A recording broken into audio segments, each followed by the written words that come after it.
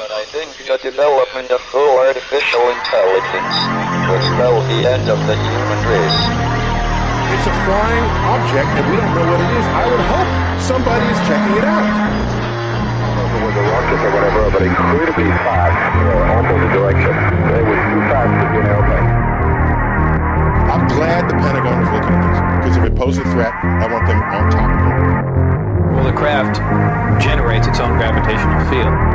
You said there's lights in the sky? The internet has become the command center for criminals and terrorists. 911, what's your emergency? I need help, please help me! We won't let it happen. That's what we're instructed to say. Roswell, Area 51. Alien kept deep under the ground. 1,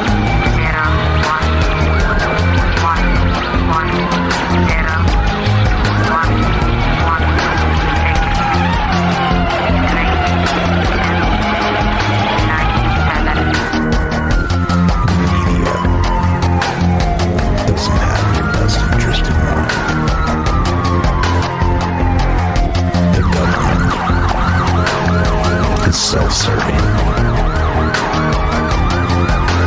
You're here for a reason. You're listening to Troubled Minds Radio.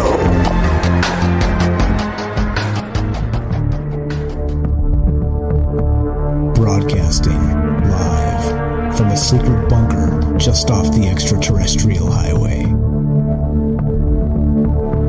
Somewhere in the desert sands outside of Las Vegas. From somewhere in space-time, loosely labeled Generation X on planet Earth.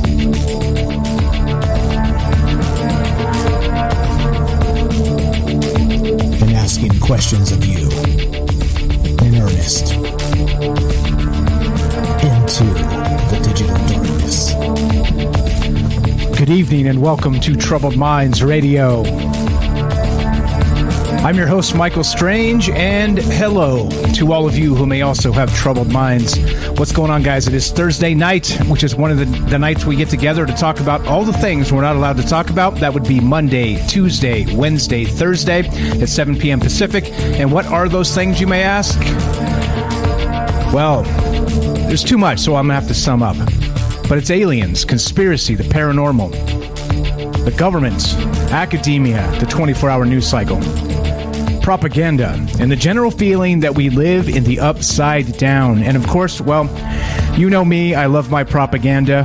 What that really means is I hate my propaganda. And we're going to talk about propaganda tonight.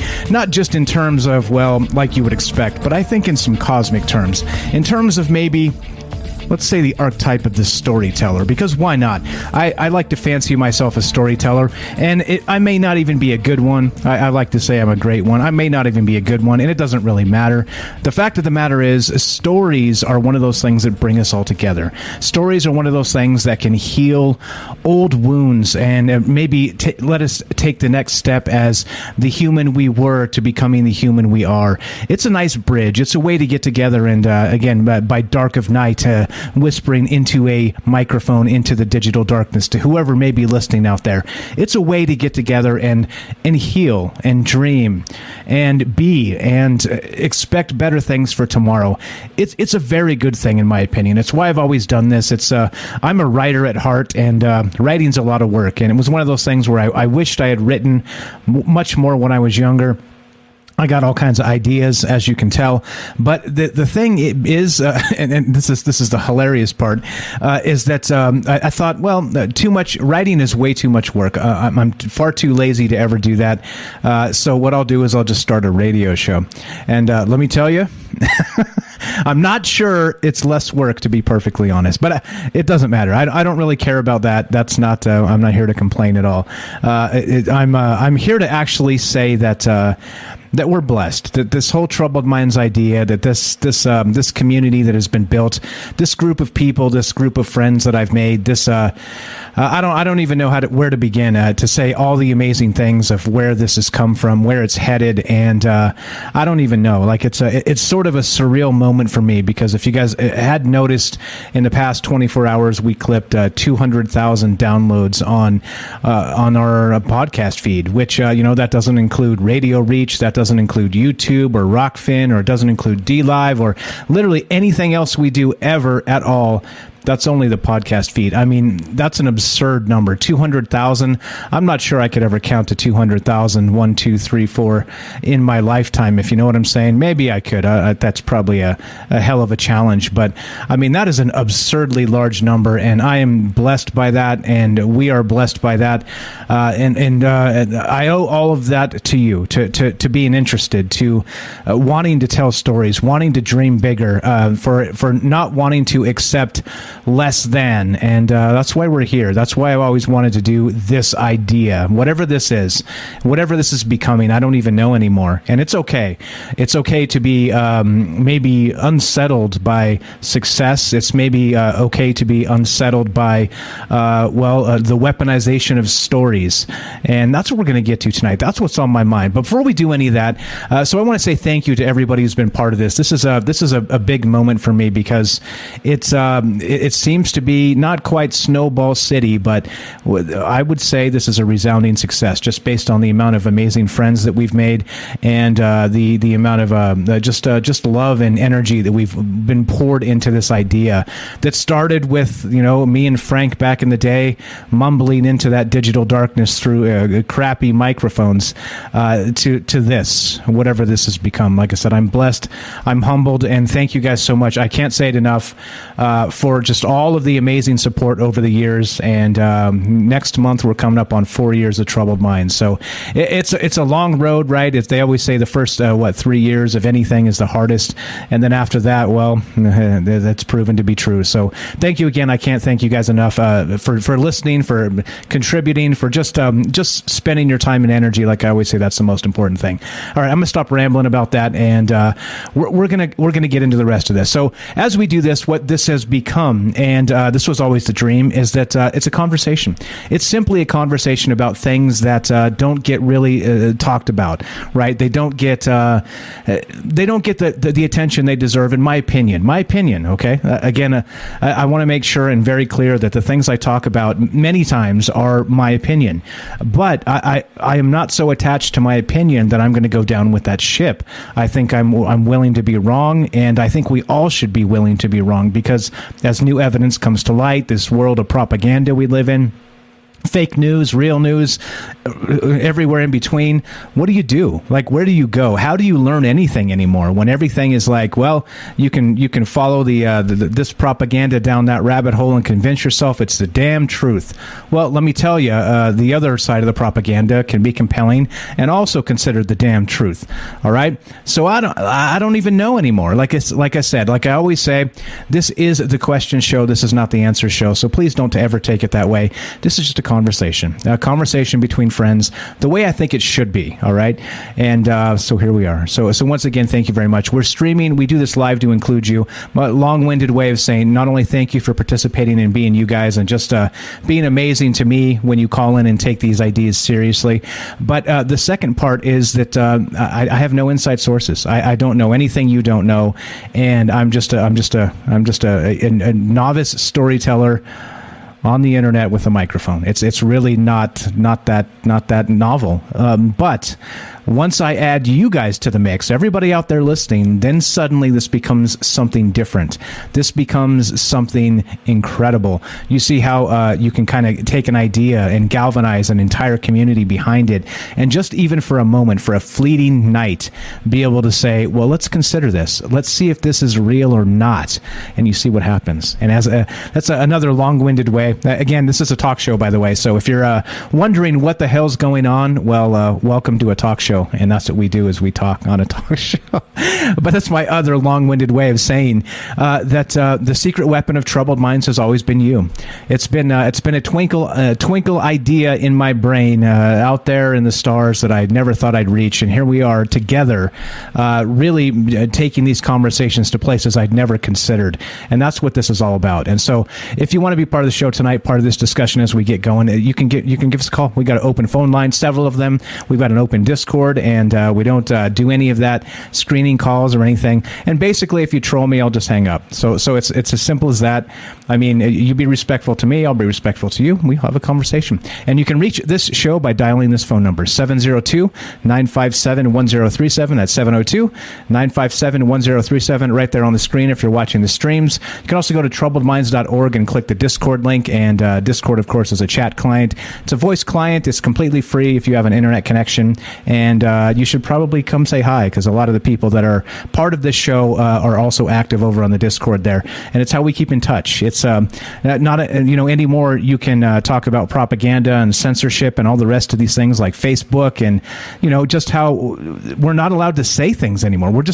It's literally become 1984. All right, I think we've arrived. 2022. It's official. It is 1984. Maybe George Orwell was off with his date, but I think we've arrived in the sense that we can't even begin to consider things that are off the beaten path, off the narrative, right?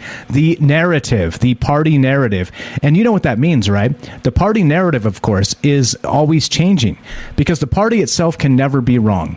Because if the party's wrong, well, then it's embarrassment. Then they have to have accountability and transparency to the people that they're supposed to be serving, right?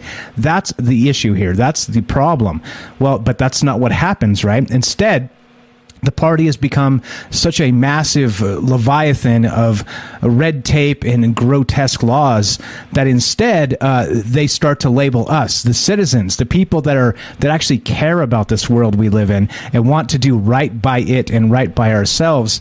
They label us the enemy, which, of course, makes no damn sense. And that's part of the whole living in the upside down bit that I'm always talking about. And that's what we're going to do here tonight. So a couple things real quick, and then we'll get going. Is let's see, what do we got? A secret weapon of troubled minds is you. We got a phone number, 702-957-1037, troubledminds.org. Click the Discord link. Also, please join the Discord at fringe.fm/chat. That will give you a direct invite, because, of course, we're streaming on Rockfin, YouTube, DLive, and Twitter, and we're broadcasting live on the Fringe FM. And so one more thing, there's also the easiest way to listen to Troubled Minds is to download the Fringe app. You can find that at the iTunes App Store, and of course the Android App Store. It's completely free. At 7 o'clock Monday through Thursday, smash the play button on the app and you will get Michael Strange. And, of course, all the army of Troubled Minds out there, Troubled Minds Nation. So what we're going to do is we're going to do that, and let's get going. So, of course, as you know me, I am not only long-winded, I am also a dreamer and a storyteller. And I like to see these narratives in the shape of not just the party and propaganda, but I like to see these narratives in the form of humanity, in the form of where we came from and where we're going to. And so, of course, I'm just peeling through the news cycle this morning because I just can't sleep anymore. I guess it's part of getting old. I was awake at, again, like 5 o'clock in the morning again for some just bizarre reason. I can't even explain it anymore. I just can't sleep. I just can't sleep. Maybe it's the impending nuclear war. Maybe that's it. Maybe it has nothing to do with that. I have no idea. Anyway, so I was just peeling through the news today, and as I usually do, and I came across this, and I thought this was a fascinating article. This is from ScienceAlert.com, and it starts here. Scientists can now trace Earth's history in individual grains of sand. If that isn't worthy of a story, I'm not sure what is. Because if you think about this in terms of just storytelling, like I was describing as we began tonight, well, one grain of sand can have 1 billion years of stories, can it not? I think that's the thing here, and this is pretty fascinating. It's very scientific, and it goes down the rabbit hole quite a bit if you want to kind of chase this. I'll read just a little bit of this, but it got me thinking in terms of not just one grain of sand can carry 1 billion years in stories, all right? And of course, we're talking geologically, we're talking all kinds of different ways, scientifically, how they can try and determine this, that, or the other thing with a grain of sand. But then also, we've talked in the past about the Gaia hypothesis, how how maybe the Earth is a living organism, it's self-regulating, things like this, right?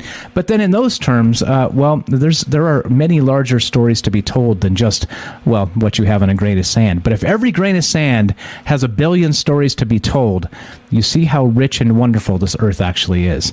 So let's read just a little bit of this, and then we'll keep on trucking it. I'll get you to where I was thinking and where we're headed tonight, because, of course, it comes back to propaganda. It comes back to the temple of the storyteller. It comes back to the fact that those things that should bring us together, those ideas, those dreams, those staring into the night sky and hoping for better days ahead, have been weaponized. That's what this is about. And that's what I'm talking about tonight. So here we go. We're going to start here. Grains of sand on a beach can tell us more than you might think about the history of the planet. The entire history of the planet. Check that out. New research reveals something to think about the next time you're heading to the coast for a swim or splash around. Straight from this article in Science Alert. Scientists have developed a new metric to determine what they call the age distribution fingerprint of the mineral zircon in sand. That fingerprint can then be used to reveal more about the evolution of the surface of the Earth across billions of years. All right? All right. Billions of years. One grain of sand, billions of stories. Zircon is something that geologists look out for because it can be formed when continents crash into each other. Those crystals can in some cases be billions of years old, carrying a huge amount of history with them. The durability of zircon makes it resistant to geological erosion, and as it forms sediments, it stores information along with it. All right, that's pretty fantastic. That's kind of, if you want to go a little bit woo-woo, kind of Superman-esque, with the his father, Noble Kal-El, if you're out there, Noble Kal-El, but Kal-El is his father, I believe, Superman's dad, who actually resides in a crystal. And he never actually knew him. He was jettisoned from Krypton when he was a baby. I'm talking about Superman. And, of course, he only knows his father through the technology of crystals. And if you think in terms of this, like we're saying, hey, look, now zircon in particular can give you the idea of billions of years of stories in one grain of sand. All right.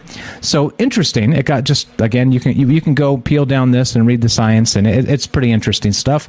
But of course, that's just where we begin tonight. And as you know, where we begin is always not where we end, because these conversations are open-ended, nonlinear, and we can take it wherever you want to take it. And that's that. So it got me thinking, right? Of course, in terms of storytelling, in terms of, the history of things, and not just one grain of sand that has a billion stories or more, but what about people? What about, we talked about this with the Anne Rice Inspiration Show, if you guys were around for that. And it's just the power of speech, the power of being together, the power of just hoping for a better tomorrow. That hope, right? That Pandora's box where hope was left inside. It's unfortunate that here we are in a world where we try and can the hope. We try and hide it. We try and take it away and rob it from people in the name of the party, in the name of these useless, just grotesque wars that continue to pop up every single day. And I don't even have to tell you. I don't even have to tell you. Like, you know exactly what I'm talking about. We'll get into that a little bit later. But here we go, right? So then we got this. And so I'm thinking in terms of stories, all right? I'm thinking in terms of a grain of sand. And a grain of sand, if it has billions of stories within it, scientifically, it can tell you a ton of things. It's been through amazing things on this earth, all right? Well, then we have this. This is from SciTech Daily. And we go here. And nostalgia can relieve pain. Viewing images from childhood reduces pain perception. All right. Now, this is wild. So you start to think, like I said, in terms of storytelling and maybe hope for a better future and the rest of these things. If you're looking at this in terms of maybe stories as healing, right? We talk about magic all the time on this show. Is it real? Is it not?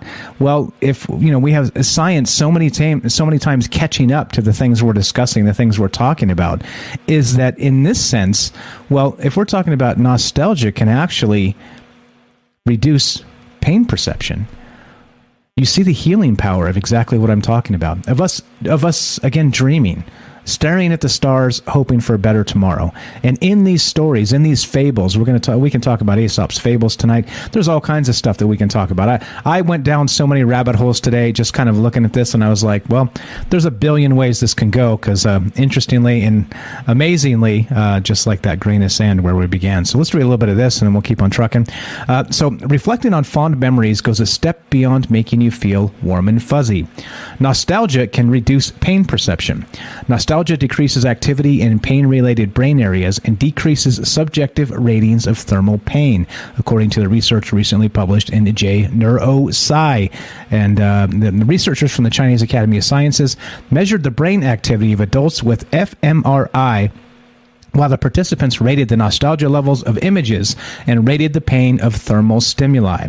The nostalgic images featured scenes and items from an average childhood, like popular candy, cartoon TV shows, and schoolyard games.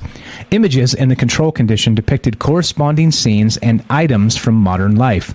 Viewing nostalgic items reduced pain ratings compared to viewing control images, with the strongest effect on low intensity pain. And you see what I'm saying here? You see where I'm going with this? If one grain of sand can have a billion or even billions of stories, and now we're talking about nostalgia as a way to reduce pain, and who knows, as this science continues, I'm no doctor, please consult your doctor before you change your diet, all those things, but maybe, who knows, maybe nostalgia can help with inflammation and all kinds of other things that science hasn't even tapped into yet. And of course, where's that bring us? That brings us to exactly where I started tonight. The idea that the power of a story can carry us, can take us from dark places to places we could never imagine. And this shows one example of that. Literally one example of that, where, again, we started with nobody listening. We were talking about crazy stuff for a damn near a year before the first person ever called into the show, right? Always had an open phone line from the very first show. And if you have nobody listening, nobody calls. And eventually, Kelly's out there listening, Kelly called us. And then we had more people call us, and more people call us, and more people call us. And suddenly, here we are tonight, telling stories on the internet, as my detractors would say, telling ghost stories on the internet. But you get what I'm saying tonight. This isn't about any of those things, but it's about all of those things, where we are sort of with our backs to the wall with this propaganda, with this garbage news, with this, you can chase any propaganda rabbit hole down and convince yourself hook, line, and sinker that it's the truth of all truths. But the fact of the matter is, it's not.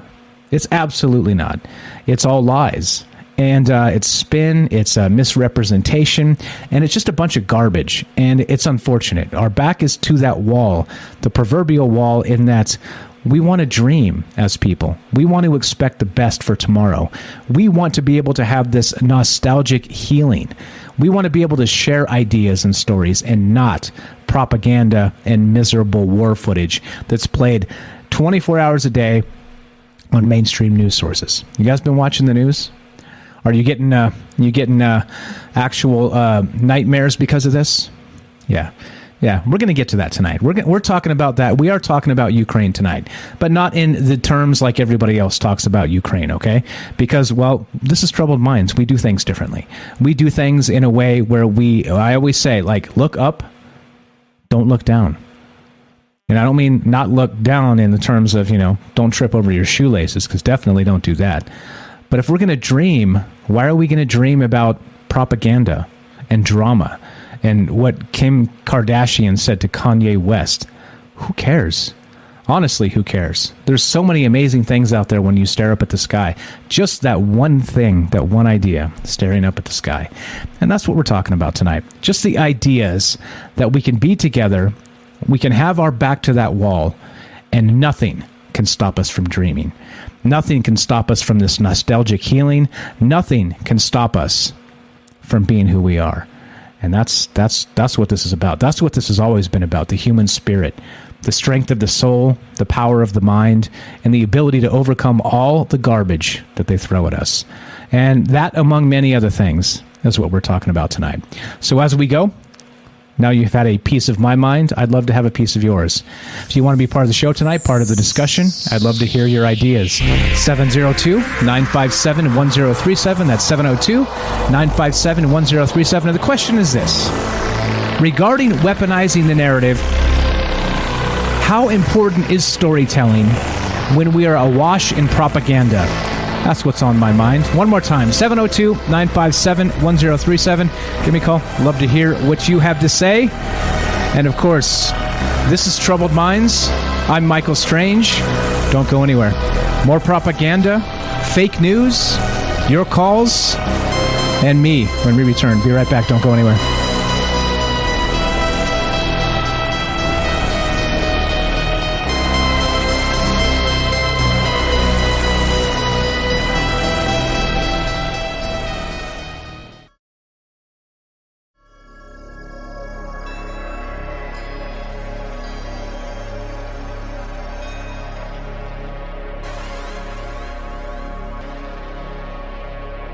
Welcome back to Troubled Minds. I'm your host, Michael Strange, and we are streaming on Rockfin, YouTube, DLive, and Twitter, and we are broadcasting live on the Fringe FM. And tonight, we are talking about the idea that our storytelling has been robbed from us. Weaponized in propaganda, spin, lies, and misinformation. And if you ask me, I am not happy about it. You can't watch any bit of the news anymore and not be absolutely suspicious of what agenda is going down. And that is what's on my mind tonight. And this is why, ladies and gentlemen, boys and girls, people of the world, why we cannot have nice things. And you know why. You know why that is. Because they make this impossible to be human. They make it impossible to think you know anything about anything. And don't mind me as I try and fix my webcam here because things break on the fly. But I love to hear your thoughts about this. Like, basically, it's very simple, right? Sometimes I'm very long-winded and I try and go the long way around. Not because it's cheeky or it's cute or anything like that. I just think that it's important for you to hear my entire thought process as we go from where we began tonight to where we're headed.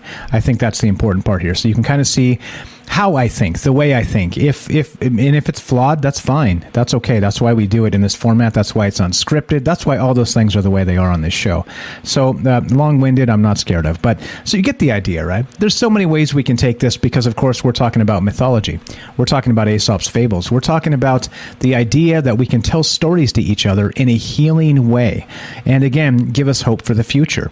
But, well, if you turn on the news, it doesn't seem that's the case, right? It seems that it's banging the war drums. It's World War III, World War III, World War III. Nuclear escalations, NATO, European Union, right? A refugee crisis not seen since 1939 in Europe, right? World War II. I mean, there's so much that's just unfortunate. That okay, let me cut to the chase and get to why I'm talking about this, and then we'll get back to this. So the idea is basically, look, it's simple. It's simple. Stories can heal us. Stories can help us, put us in a positive place. Stories can help with our dreams. Stories can help human beings become better humans. And that's what this is about.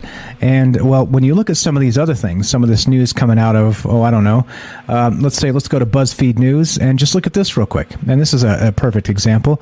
Thousands of Russians, including celebrities, are risking being arrested to protest Putin's invasion of Ukraine. All right? And so you say, all right, Mike, that's fine. That's fine. Well, what does that have to do with stories? Well, let me tell you. It's one of those things where you can go out and you can protest in some places in the world, and it's okay. It's still legal. We talk about those basic human rights on this show from time to time. Though, of course, right, they've been eroded over time, that we've been led to believe that we can do these things without becoming the enemies of the state, sort of Orwellian style. But then there's also this idea that if you protest war, then you're the criminal. And again, if you're thinking in terms of the way I think, that all of this is upside down and we do live in the upside down, think about that. Just think about it. Think about the concept. If you protest people killing each other, you're the criminal. You're the criminal. You get this? You see? You see, right? And I know it's not a novel concept. They've been talking about this for years and years and years, decades and centuries, the whole thing, right? But you get what's going on in that they're not even telling us the truth about this stuff. Like in particular, Vladimir Putin is trying to shut down all speech over there because he doesn't want the idea getting out that the state may be wrong. All right, and that's Orwellian as hell. That's literally 1984 in a sloppy bucket.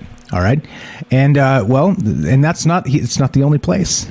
And that's the unfortunate part, all right? So back to the storytelling and the rest of this. Look at this. I'm going to just burn through these articles real quick so you can see where I'm leading here. And, back to freedom of speech. And, of course, what does that include? Freedom of speech includes lots of things, doesn't it? It includes that ability to protest freely, peacefully protest, right? Clearly, burning things down and shooting people is not a peaceful protest. But if you protest peacefully against a war where people are killing each other, that should be fine, right? Well, it's not. In Russia, they're arresting people for that, including, notably and infamously here in the West, a survivor of the siege of Stalingrad back in World War II. She was out there, 95 years old or however old she is, holding up a anti-war sign. Can you believe this? In the Soviet Union, the old days, in Russia today, well, she's holding up an anti-war sign. And what did they do? You got it. They arrested her. They arrested her. Like, how sick is this? This is the sick world we live in, okay? And I'm only going to stay on this for a little while, so bear with me. We're going to get back to the storytelling in just a sec. But you get what I'm talking about. This is from MSN. Thousands of Russian anti-war protesters arrested. What are the freedom of speech laws in Russia? Well, clearly they don't exist, or maybe they've been, if they do, even in a partial amount, that maybe they've been suspended for wartime activities, if you know what I'm saying, wink, wink. And then let's go to this. Yeah, because of course they don't want this information getting out, because dangerous information, and this is the craziest part. If you are against the whim of the state, and the state's whim is to murder people, then you become the enemy. You become the criminal here. And check it out. And they cannot keep enough propaganda in line to convince people that killing people is correct, because it's literally against the fundamental nature of decent, well-adjusted people. All right? It just is. Like, we don't wake up in the morning like, all right, we're cheering for World War III here. I want mass carnage today. Nobody wants that. It's horrific. And if you've been watching the mainstream media, it's horrific. We're literally seeing people, like, literally short of, like, people exploding into pieces, right? Just short of that. Maybe the heaping slag that's left afterward, where it's so disfigured you can't even pick a body out of that visually. That's what we're seeing. We're seeing the carnage of this. We're seeing exactly what's going on with this idea of stealing the things we can say, stealing the ideas we can share. And, of course, through propaganda, through intimidation, through arresting people, through the police state, through, again, Orwellian policies that are literally, everybody's adopting them as fast as possible. As fast as possible. You name it. The technocrats, Facebook, Twitter, all of them, right? You can only say certain things. Even Discord, who I've championed so hard and so often, because it was a way to bring people together and just let people speak their mind in a place without technocratic oversight. Well, they just changed that. In the last several days, they just changed that. So maybe Discord's going to start running off communities like Troubled Minds, for all I know. All right? But you get the idea. Now check this out. This is from, where is this from? I don't know where the hell this came from. The Financial Review. And I'll get off this in a second, get off the Ukraine stuff. But look, fears grow that Putin may declare martial law in Russia. Why do you think that is? Because we can't get together and tell anti-war stories, can we? We can't get together and share the fact that people want something better for tomorrow than just another crappy war. You see where I'm headed with this? Listen, fears are growing in Russia that President Vladimir Putin may impose martial law as he moves his beleaguered economy and restive population onto a full war footing. The Kremlin, which has already been arresting anti-war protesters and shutting down liberal media, has now called on an extraordinary session of parliament for Friday that could authorize emergency powers. Oh, but I thought in Russia, it's not an actual war, right? He's not allowing the press over there to say that. No, in any case, media reports suggest thousands of Russians are trying to flee the country, as any declaration of martial law could shut the borders and prevent people leaving. Tatiana Stenovaya, a non-resident scholar at the Carnegie Moscow Center, is one of those suggesting martial law would be Mr. Putin's logical response to the crisis gripping Russia, as sanctions bite and the invasion takes its toll on his authority. You see what's going on here? This is not about anything just. This is not about a better tomorrow. This is about the same old, same old. This is about Orwellian 1984 stealing our ability to dream of that better tomorrow. And that's why this pisses me off so much, because it's the same thing. It's the same thing, literally just clothed in something new, right? But nothing's changed. Nothing has changed. Here we are in the same spot with no momentum, hoping we finally move past this as humans. And no. Nuclear escalations. Talk of World War III. Right? This is where we're at. So you get why I'm upset. You get why I think the ability to dream and tell these stories is an important thing. And if it's being twisted and robbed from us, and this propaganda, this whole network of, well, lies, misinformation, and basically weaponizing not the truth, weaponizing a wicked tomorrow against us. That's what this is about. And I don't like it. I really don't like it. And that's what I'm talking about tonight. Anyway, what are your thoughts here? So back to this idea of, again, the Joseph Campbell idea, right? The mythology. Back to the idea that, we begin with this amazing quote that we have here. And yeah, I like this. We can get back to the woo-woo stuff because I get it. You guys don't come here for like war updates. And I'm not here for that either. But I am here to say, look, the way this is heading is not a good spot. Even if, right, we say, oh, the carnage has been, pinned down to a minimum, and it's the escalations have stopped. There's still people being murdered out there, and we're expected to get behind the state and wave our fist like this is a good thing. I won't do it. Here we go. This is from Joanne Morris in 2017. Every story that has ever been told or will be exists timelessly within the void.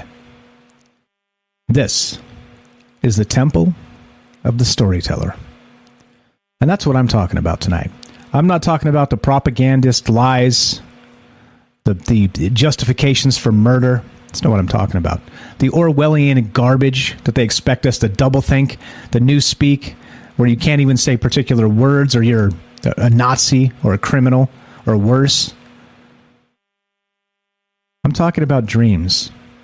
I'm talking about stories. I'm talking about fables and myths and our ideas of getting together and having that dream of a better tomorrow. And if they rob that from us, what do we have left?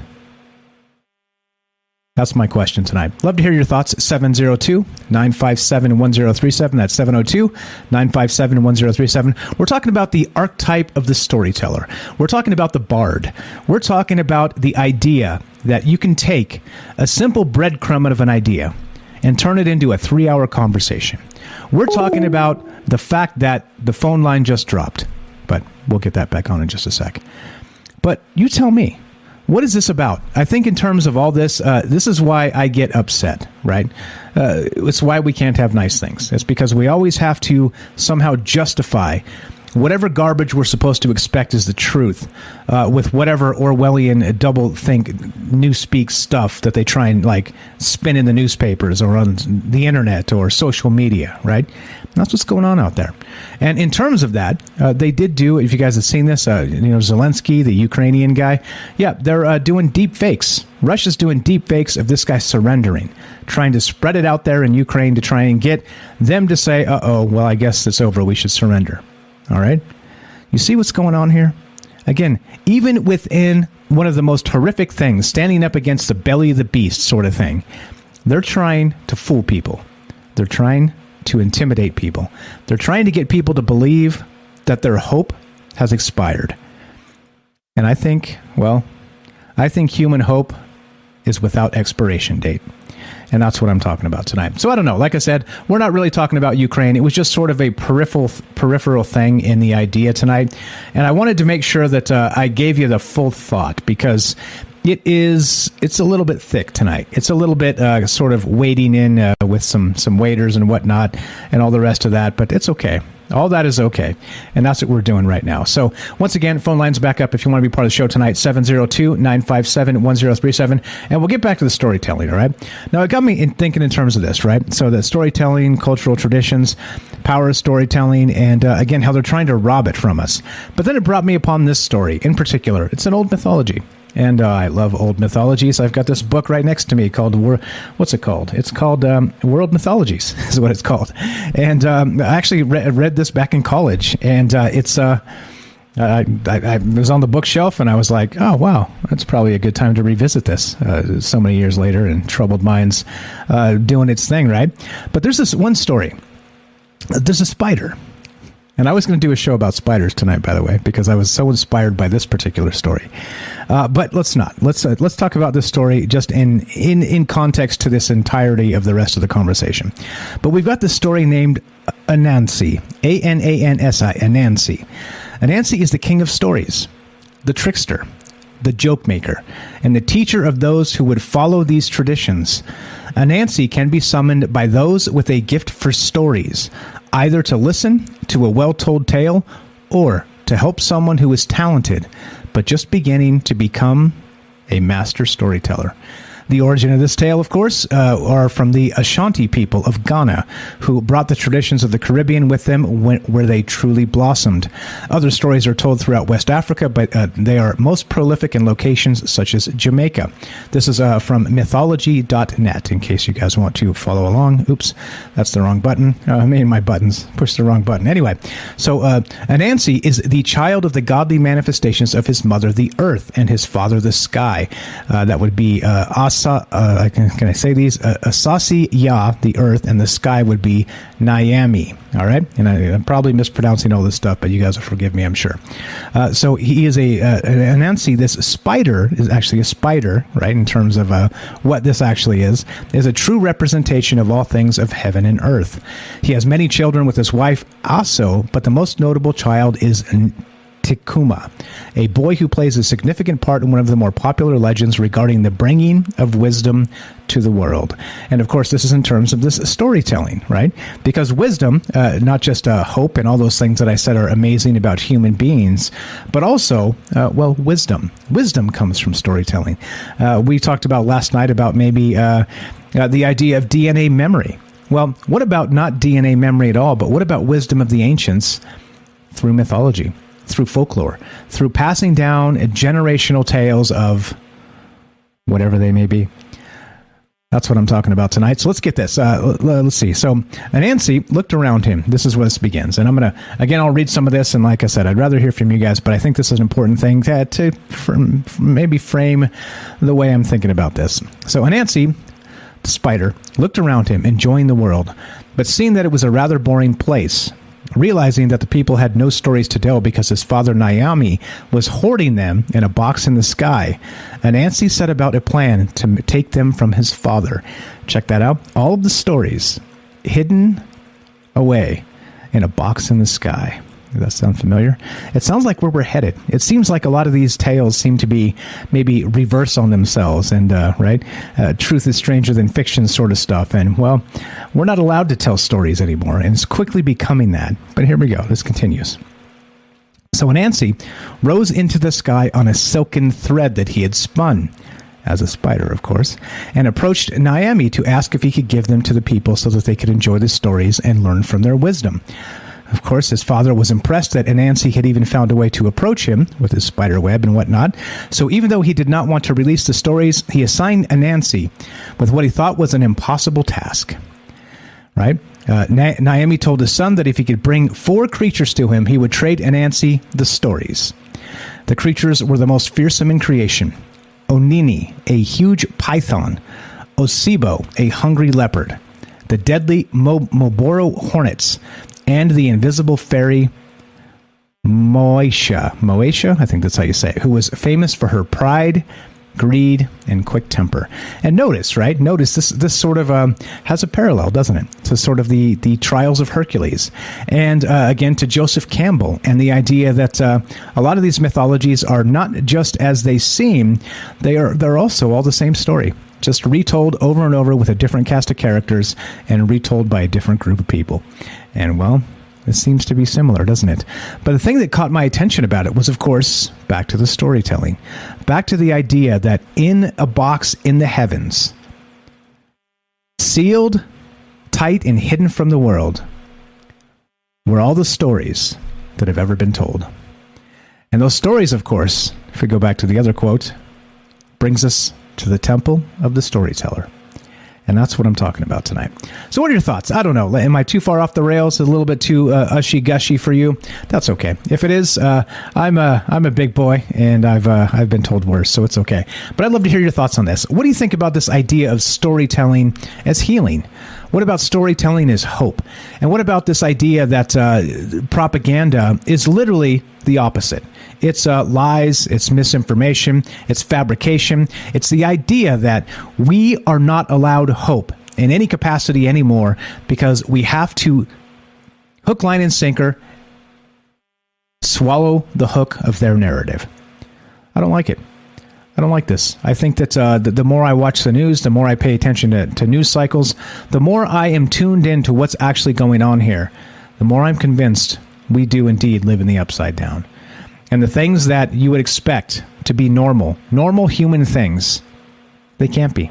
They're not allowed to be by this same ruling class of a-holes, because we're on the radio, right? But you know who they are.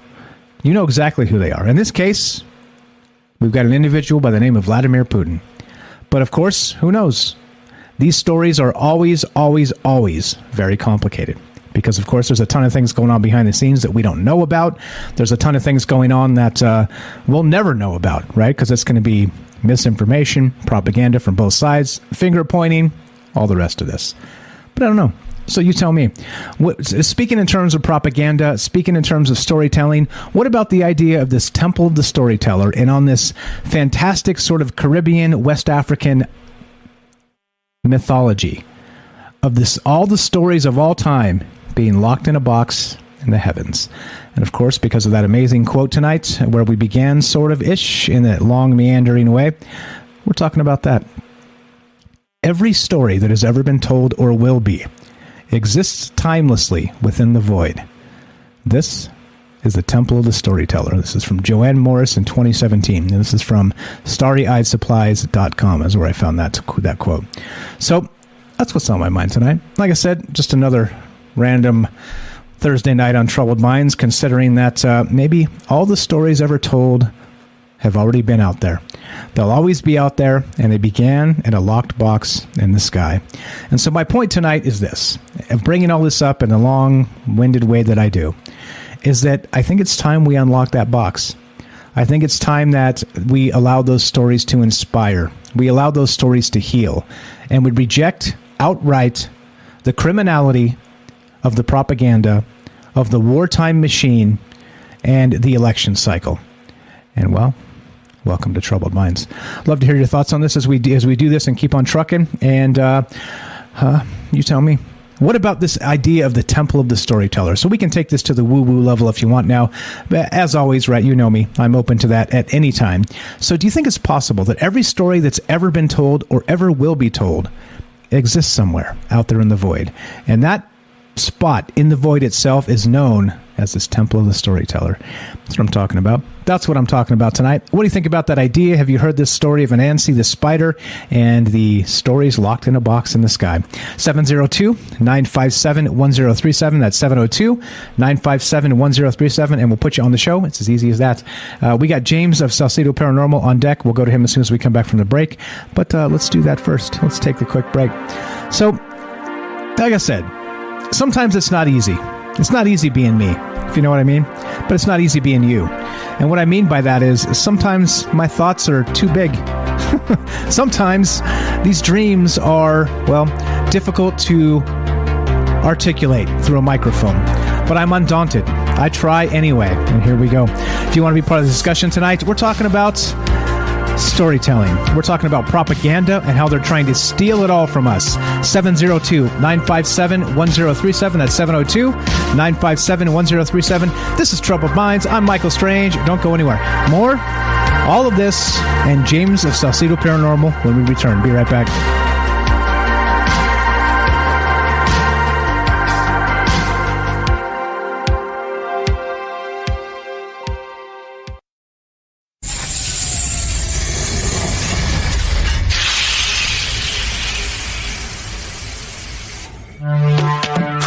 We are talking about the alien abduction phenomenon.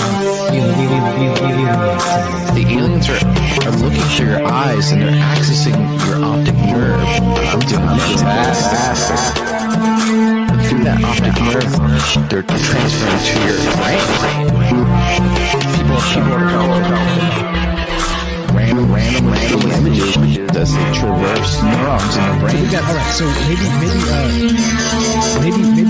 and they also feel them planting or receiving memories or ideas or images.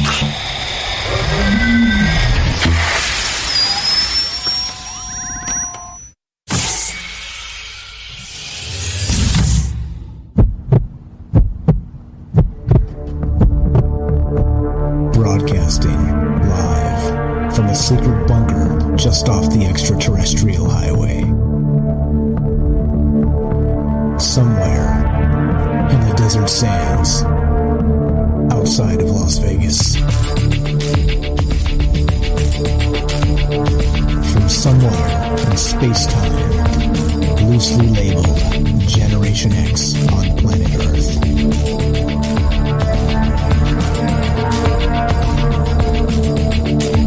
And asking questions of you in earnest into the digital darkness. good evening and welcome to Troubled Minds Radio.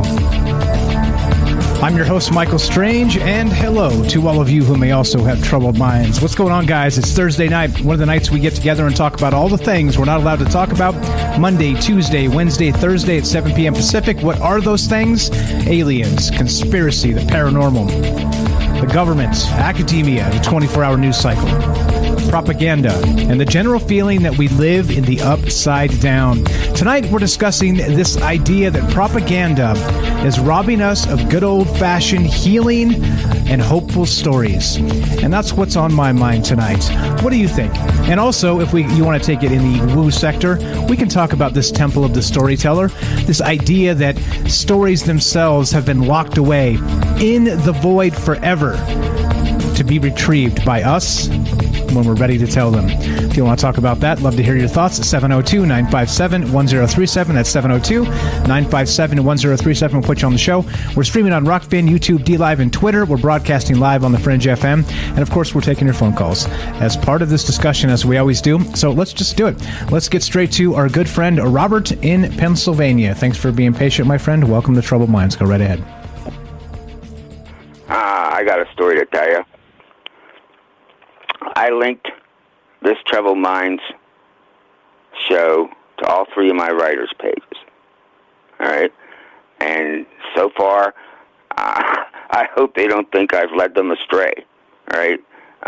Because the first hour has been mostly about contemporary problems with propaganda and stuff.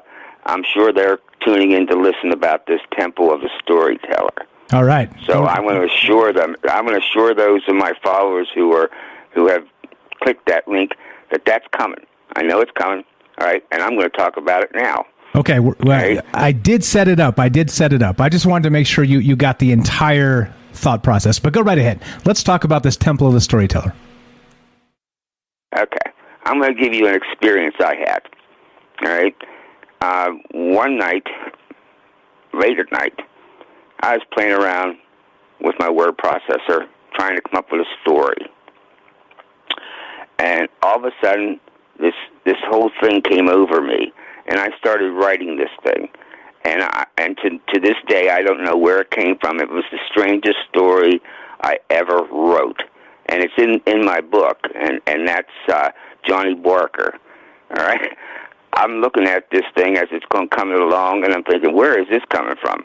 Because I mean, you have a tale here about a guy that's obsessed with Jane Fonda, and has all kinds of.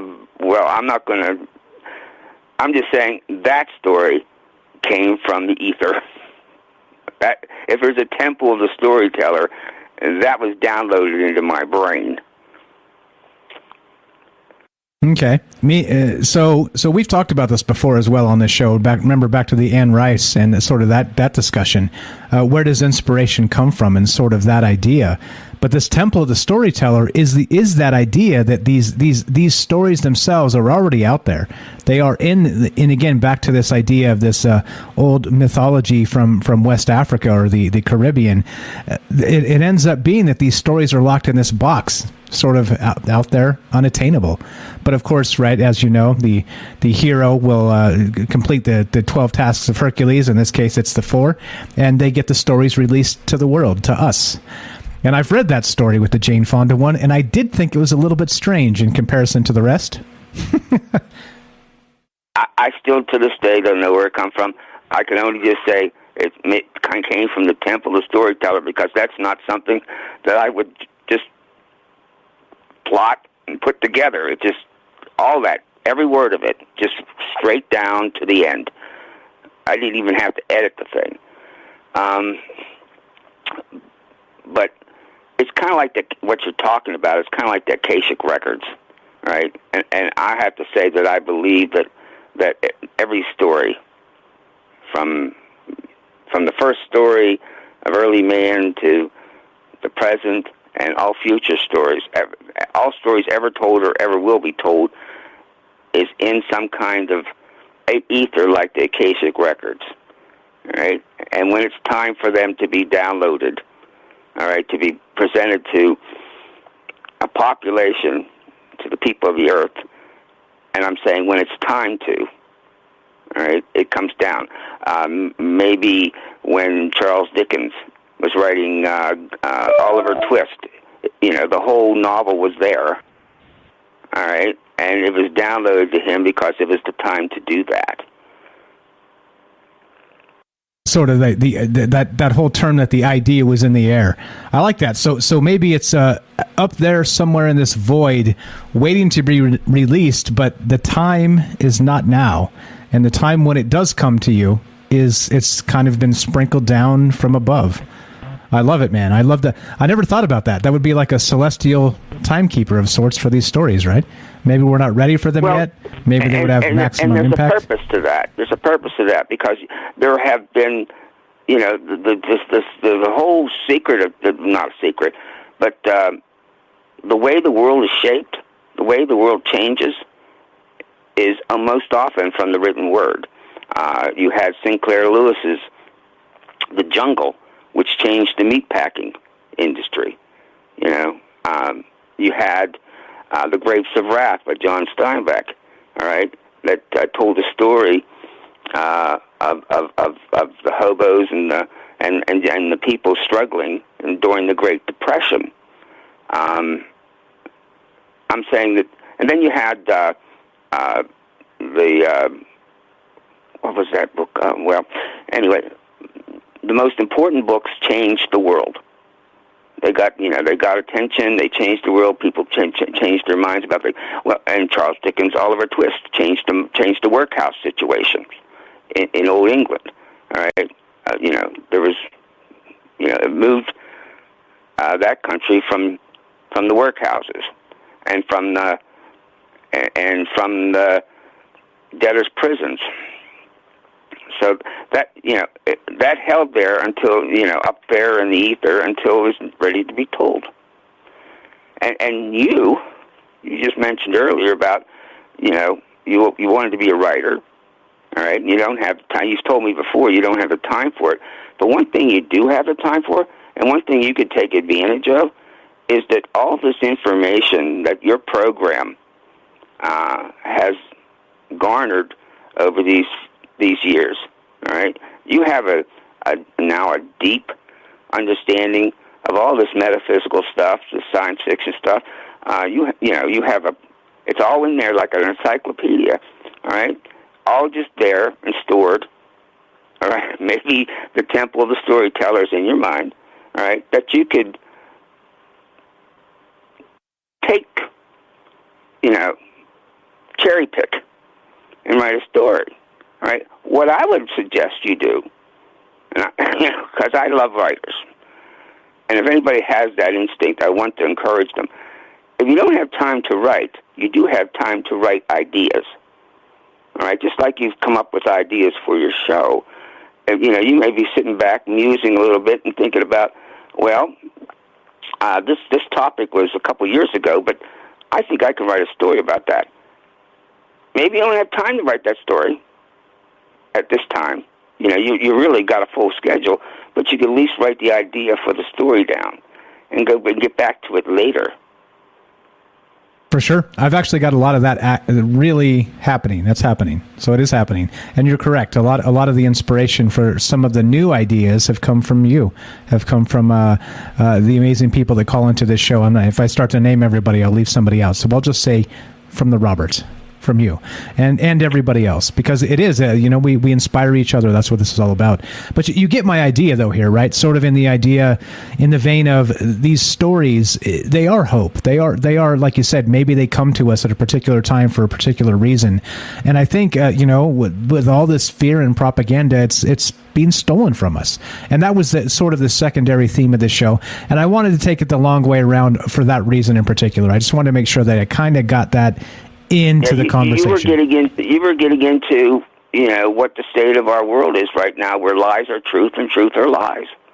Correct. All right, and you're looking for the truth. Everything's a story, whether it's Ukraine or it's the homeless or whatever. And all people are doing is looking for an answer, a truth. And because there's been this whole philosophy since 9/11 probably of lies are truth and truth is lies, nobody knows what to believe anymore. You're correct. There's big fakes going on right now with this Ukrainian thing on both sides. All right, and that's why I said in a couple of programs ago, I don't believe any of the videos or pictures I'm seeing.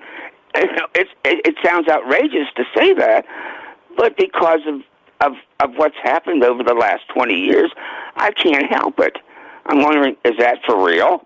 I know that's not the president of Ukraine with his troops there. That's old pictures from a few years ago. All right, but they're presenting as though he's there now, although he's bunkered down as well as Putin. All right, well, that's getting off of the story thing. But I'm going to make one prediction, then we get off the phone. Sure. I predict that the day will come when you'll write your life story, but there'll be others writing yours. That's very nice. I hope we get to that point. And I'm with you. I agree. I not having time to write is an excuse. And it's again, like I said, this has kind of rekindled this radio show, meeting people like you, the other amazing folks that call in, has sort of kindled that inspiration back. It's like maybe I've been able to reach my elbows back into that box that holds the stories. That maybe the time is right for those stories to come out. I appreciate you very much, Robert. Thanks for the call tonight. And I've got 3 writers' pages. All right, I understand where you're coming from, because they take a lot of my time. All right, since I started these some years ago, I think 2010, something like that. It's hard for me to find time to do what I did when I wrote that collection of stories, because what I do takes a lot of research. I'm giving them information, grammar, punctuation, how to structure a novel. I'm focusing on particular writers and telling and putting their books up, and this is a good thing to take a look at, local writers and stuff. And I think to myself, I wish that I hadn't started this. I really do sometimes think I wish I hadn't started this, but I don't want to leave my followers down but there's a point in me where it says, I wish I would have started this because I wonder how much writing I've given up to do this. Right. And I'm coming to a crossroads with it, and I'm going to be making a decision soon. Okay. All right. To take just archive the thing and take a few months and get some writing done. Get it done. Get it done, Robert. There's stories that need to be told and people that need to tell them. Okay. Good night. And is James coming on now? He sure is. Howdy, James. Looking forward to it. Have a great night, Robert. Appreciate the phone call. Always a pleasure. That's Robert in Pennsylvania. He's got a book called Stories from a Fractured Mind. He did send me a couple copies. I read it. It's amazing. Check it out. Links in the description. He doesn't call for me to plug his book. He never intentioned that. And he does get mad when I do it, but it's my show. I can do what I want. Buy Robert's book. All right. We're still talking about this idea of weaponizing the narrative. But again, multi-layers here, because we can take this any way we want to take this. And we do this for the whole reason I've ever done it this way is because these things are not like simple linear things to talk about in many cases, and life is not so simple. And that's why I want to talk about them sort of in this context and sort of in this long form talk show, right? It's we're blessed in that we have some time to kind of flesh out ideas fully, but Robert's right. Sometimes I get off track, and well, he didn't say that. I thought that, and it's true. But anyway, so we're still talking about this. What about this temple, the storyteller, the idea that how about stories are always there? All these inspirations they already exist in the world. We're just waiting for the time for them to be maybe gifted to us, and then for us to peel out the time and put them down on paper. And as a result of that, well, we get a conversation on a random Thursday night about wacky stuff. Welcome to Troubled Minds. So let's go to, we're taking your phone calls at 702-957-1037. That's 702-957-1037. What are your thoughts on this? All the rest of this stuff, it's, as you know, open-ended, nonlinear. Let's take it where you want. Let's go to another writer, a good friend of mine, James. Salcedo Paranormal. Welcome to Troubled Minds, my friend. Are you there? I'm here. Can you hear me? Loud and clear. Loud and clear. What's going on, my man? What do you think? Am I a little too rambly tonight? That's okay. That's all right.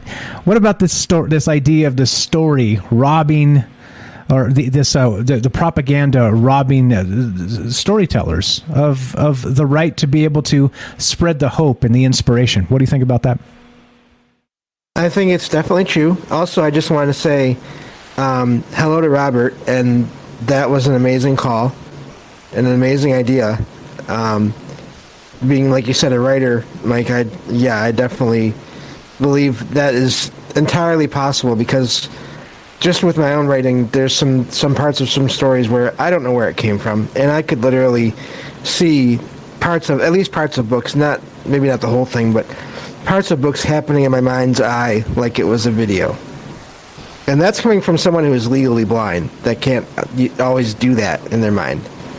I can't always make visuals like that. So that's an amazing idea. Almost like it's been handed to you, right? Like you were waiting, and eventually, sometime, for whatever reason, it was the level was unlocked, and you got the story. Just kind of came to you. It's the same with me, right? I kind of talk about it in terms of doing this show. It's like a loose idea when I start, and it shows sometimes because I'm sloppy with where I take it, where it maybe the long way around or whatever. But it's still kind of like automatic talking in a sense, right? Sort of like that automatic writing idea, or getting these ideas for stories from the ether. But so go right ahead. What else you got for us, my friend? Well, and I think also it can be a co-creation in a way, kind of like this idea about the paranormal being co-created by the people that are witnessing it, and then something else. Because I think that, at any point, whether you get a story from the very beginning or you are writing a story and then you somehow tap into, or something else, maybe this Akashic record or whatever finds that you're writing a story from it, and then that also somehow unlocks an idea, and that's where your story goes. I think all of that is possible, and it's very interesting. And I do agree that hope is necessary, and I think that in one way or another, most, if not maybe all stories, but at least most, they come down to hope, to providing hope, whether it's in the form of teaching maybe not even teaching, but showing examples of how maybe we should do things, or showing people how to do things that can help in their own lives. I think it all comes down to hope. I think so. I mean, you go back to Aesop's fables, right? And all those little tiny stories. They had it was about morality, right? It was about framing the world in the correct way, in the human way, right? Framing the world not from the despots that might have us, the boot on our neck and handcuffs on us, right? But from the free spirit, the nature spirit, right? The being free and being together, like it's very, very much, even like Orwell, right? Like even when you write fiction, like sort of this dystopian stuff, it's still, it's framed in these worlds, but it's still about the human spirit being free. And, I think there's a lot to that, in that I agree with you, and that's why I'm talking about it tonight. And that's why I come back to the idea of storytelling, maybe not often, but from time to time, because I think it's important. I think us dreaming and sharing ideas and these stories together, I think this is an important thing. And that's why we're doing this, my friend. Definitely, 100%. What else you got for us tonight? Well, it's funny you mentioned Orwell. I recently got the an audiobook version of 1984, and I started listening to it, and I had to stop because it seemed so similar to what is going on. I mean, I'll still finish it at some point, but I think it's going to be one of those stories I have to read here and there when I really feel up to it, because it was just so on and disturbing that I literally just had to stop the one day I started it and just put it away for the time being. So, yeah. And, the other thing, just real quick, too, this brings me to this thing I've been seeing around online lately. I think it's related, but we don't have to go too deep into it. How the whole idea of banned books and how this is happening in different places around the world, and just that seems like a terrible idea to me in so many ways. Yeah, it fits in. It fits into this conversation as part of that, right? Part of the propaganda, the censorship, the wrong think, the newspeak, all that stuff is part of why we do this, because it's happening. This is not some fictional tale of woe. Like 1984 is prophecy at this point. Fahrenheit 451, prophecy at this point. It's like, what the hell's going on? Like literally, like they always say, right? That 1984 wasn't supposed to be, a plan or right, a playbook. Like this was fiction, people. Like, come on, right? But that's like, again, right? I think that's one of those pivotal stories that came when it came as that prophetic warning. And stupid us, we seem to have ignored it, haven't we? Completely missed the point. And so much so that it's not even super popular. Like, I didn't hear about it until I kind of started getting into this paranormal conspiracy community. Like, I didn't know much about it until then. I think it comes back to what you said. Like, they're going to remove that from schools soon, in my opinion, because it's too telling. It's too spot on that people will be like, wait, isn't this like today? Like, what's going on? James, we're out of time. You're the best, brother. James here has a podcast called Salcedo Paranormal. Links in the description. Check it out. Good friend of mine. Always a pleasure, James. I'll catch you later tonight, okay? Yep, thank you. Thanks, brother. Have a great night. Well, this is Troubled Minds. I'm Michael Strange. We're still talking about this. Weaponizing the narrative, this temple, the storyteller. They are two different things. They're opposite ends of the spectrum, but I do think they're worth considering and talking about. Love to hear your thoughts on this. We got Joe on the phone. We're going to go to him when we come back. 702-957-1037. Don't go anywhere. More Troubled Minds on the way. And Joe in Florida.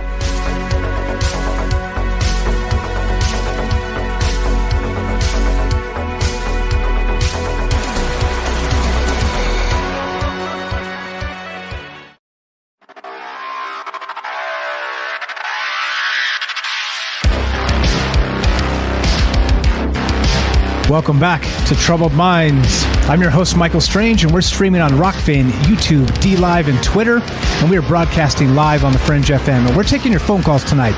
we're discussing this idea of, well, propaganda robbing the storyteller, and this idea of the temple of the storyteller, which of course just means that all stories have always existed in the void. And are we just tapping into some other idea? And as Robert described, maybe there's a time frame where these stories are released to us in particular ways, meaning it's in the air. I'm sure we've all heard that term.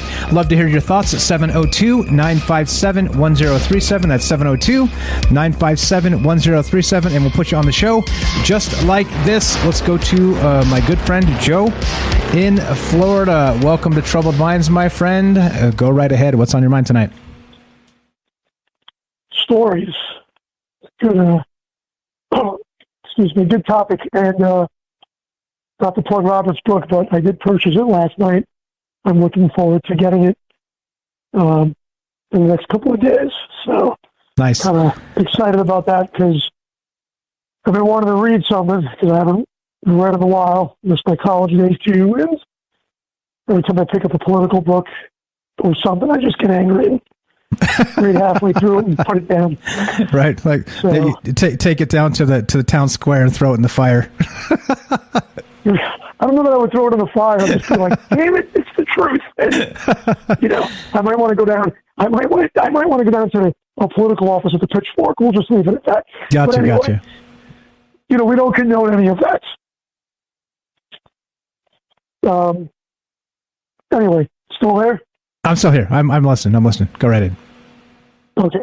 So, the box and Anasazi, I posted a quick clip of, again, that show American Gods. If nobody's read Neil Gaiman, they really should.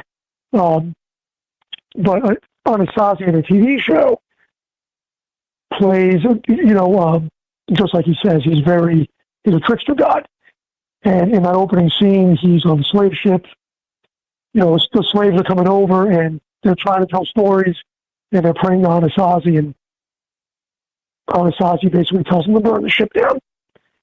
And the last thing that survives is the spider coming on shore to America because all the people that came here brought their stories.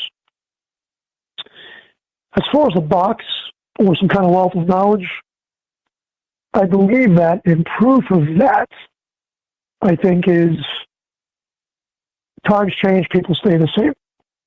So you always hear these stories, and they're cyclical, except the weapons are bigger, the tools are different. I mean, heck, we can't even really make original movies. I mean, they're remaking Highlander. I'm wearing a T-shirt with Highlander. One of my favorite movies. Probably when I saw it the first time, I didn't think it was that great. But after I saw it a second time, I was like, this movie was great. And I love and they're remaking everything. It can't be an original. Can't the stories and can't the storytellers tell something original? No, I don't know. Yeah, I'm with you too. That pisses me off quite a lot. How everything is just so regurgitated. I mean, I get the Joseph Campbell idea where we have sort of like, we're locked into humanity itself, and so as a result, right, the struggles of humanity kind of are themes that resurface, and that's okay. But for FFS, let's say, for radio brevity and family friendly, like at some point. It's like we can be more creative than that. Come on, guys. Let's get to it. Let's do some things that are interesting and fun and inspiring. It doesn't have to be the same garbage regurgitated over and over, right? I'm with you 100%, bro. When I see that, and almost I talk about this, and we talked about this the other night with human nature and things. It's predictable to me, at least to me. It's predictable and boring, and I'm almost bored. And I think, I have a couple of things I like to do that make me happy, and that's really it. As far as that, I'm kind of simple, but I'm bored. I don't know how to explain it. I mean, I guess being cyclical when you tell stories, I look at songs, and for me, it's like 80s. I think a lot of it's 80s songs. I think to myself, where do those lyrics come from? How do people just get up and write a song? And then you talked about at the beginning of the show about memories and triggering them and making us feel better, almost like an analgesic, or making you euphoric. And we all can agree that music makes you feel that way. 100%. Nostalgia. That's one of the things too. Music is locked into that nostalgic cycle where, it's like the very first time you heard a song, like when you hear it 20 years later type of thing, you still, in some cases, remember where you were and maybe what the air smelled like and what the weather was like the first time you heard that song, Like there's some magic there. Totally. I remember, I could hear a song and be like, oh, it's Eddie Grant. I remember being in the subway in New York and then stopping at the train station, and there was a record shop and getting Electric Avenue. When you hear that song, Electric, I want to rock down to Electric Avenue. Getting those songs and you kind of laugh, But, except for music from the 90s, because that wasn't that great, kind of like Jenko James coming back. But everything seems cyclical. And I guess maybe it is our responsibility to tell the stories to our children, if you have children. Another total side alley of telling stories is they are just stories from perspectives. And when we were talking about this, I remember my sister-in-law gave me a story about Grendel. And basically it was a story of Beowulf, but somebody imagined it to be told from the side of Grendel, who was the monster who got his arm torn off, pretty much. So in between that, we have stories, and then there's historical fact. So I don't know if I'm still on, because I can't hear you. I'm not sure. No, I'm listening to you, man. I'm not talking because you're talking. Hey, you're talking here. I'm talking here. No, you're good, bro. I'm with you. What was Grendel's mom's name? I'm trying to remember Grendel's mom's name. Oh, God, I don't remember. I read that story, so I got the book somewhere. It's sitting on the coat. And it's not Angelina Jolie. That's for sure. It definitely is not. God, I don't know. Yeah, I'm with you. Well, I don't know. So do you think then that there is kind of like we're describing this temple of the storyteller, something that exists somewhere where these ideas do come from? And like Robert maybe described that we're not ready for these ideas yet, and they're sort of released to us in their due time. I love that. I've never thought about it in terms of time before, but he kind of snapped it into my brain. So I kind of like exploring that idea. What do you think of that? Yeah. Well, due time, definitely. Maybe it's kind of self-fulfilling in the sense that maybe in the very, very beginning, people stared at the stars and they saw these constellations and they made shapes of the constellations and they told a story about Orion and the shield and all of these things. And then as we slowly evolved, maybe those stories took on, the gods came from the stars and they came to the planet in the form of animals, and the jackal, the alligator, Egyptian gods, spiders, they attributed maybe these human characteristics or human nature and human faults to things that were more locally in their realm, not so much out in space. And then as things advanced, the stories changed a little bit. And maybe we did get a little bit of help from the records. Maybe it was a little bit of time and somebody had a flash like Einstein, or something pushed us forward. Somebody got that in a dream. I can tell you that there have been times where I'll wake up and I'll have the answer to something. So that's always been kind of strange. I don't think any of us really have an explanation, nothing, but there's got to be something out there, whether it's cyclical, whether we're feeding it back, whether we're reincarnated, and when we leave this planet, we're telling the stories to ourselves up in some waiting room, and then bam, we come back, I don't know, but times change, people stay the same. I think we are moving away. There is, that atheism, moving away. I think we're really starting to worship technology, but even that worshiping technology, we're using the word worship. So now our gods are becoming technology. Maybe less emotional and more worship the algorithm. Maybe we're at some kind of crossroad. And, it's funny because all our arguments kind of seem circular, like every topic that you kind of pick, it just some of them kind of flow back on each other, and they share ideas and momentum coming back. Yeah, it could be. Odd how, like you said, times change, people stay the same, but I'm not so sure times change. It's like they may, but it's like we're stuck in this cycle of rot, of again, back to this idea of sort of stealing these ideas of hope from us, and that, it's like, oh, no, hope's gone. Turn on CNN or Fox News and no, man, you're not allowed any of that anymore. It's just like, again, like what was the seamless transition from the plague to World War III was like they didn't miss a beat. Like, it was just like, boom, like, all right, let's hop on the next pony and, whip it for the horsemen of the apocalypse, like kind of BS, isn't it? It's total, but like I said, I don't think anybody is happy with the government right now. And it's a cabal of people. We all know that. All of us know that. And I think I posted, I was trying to send you a link. I posted, and it was some kind of social media site that they believe the Russians were hacking into. It was based out of California, I think, to get knowledge of where these positions were in Ukraine. And the comment was made, whoever can control the social media, or the social media god, could really put the kibosh on all of us from organizing. But governments and people look at the historical record, whether it started from stories, to cities, to uprisings, to people not happy with their kings, French revolutions, all those things.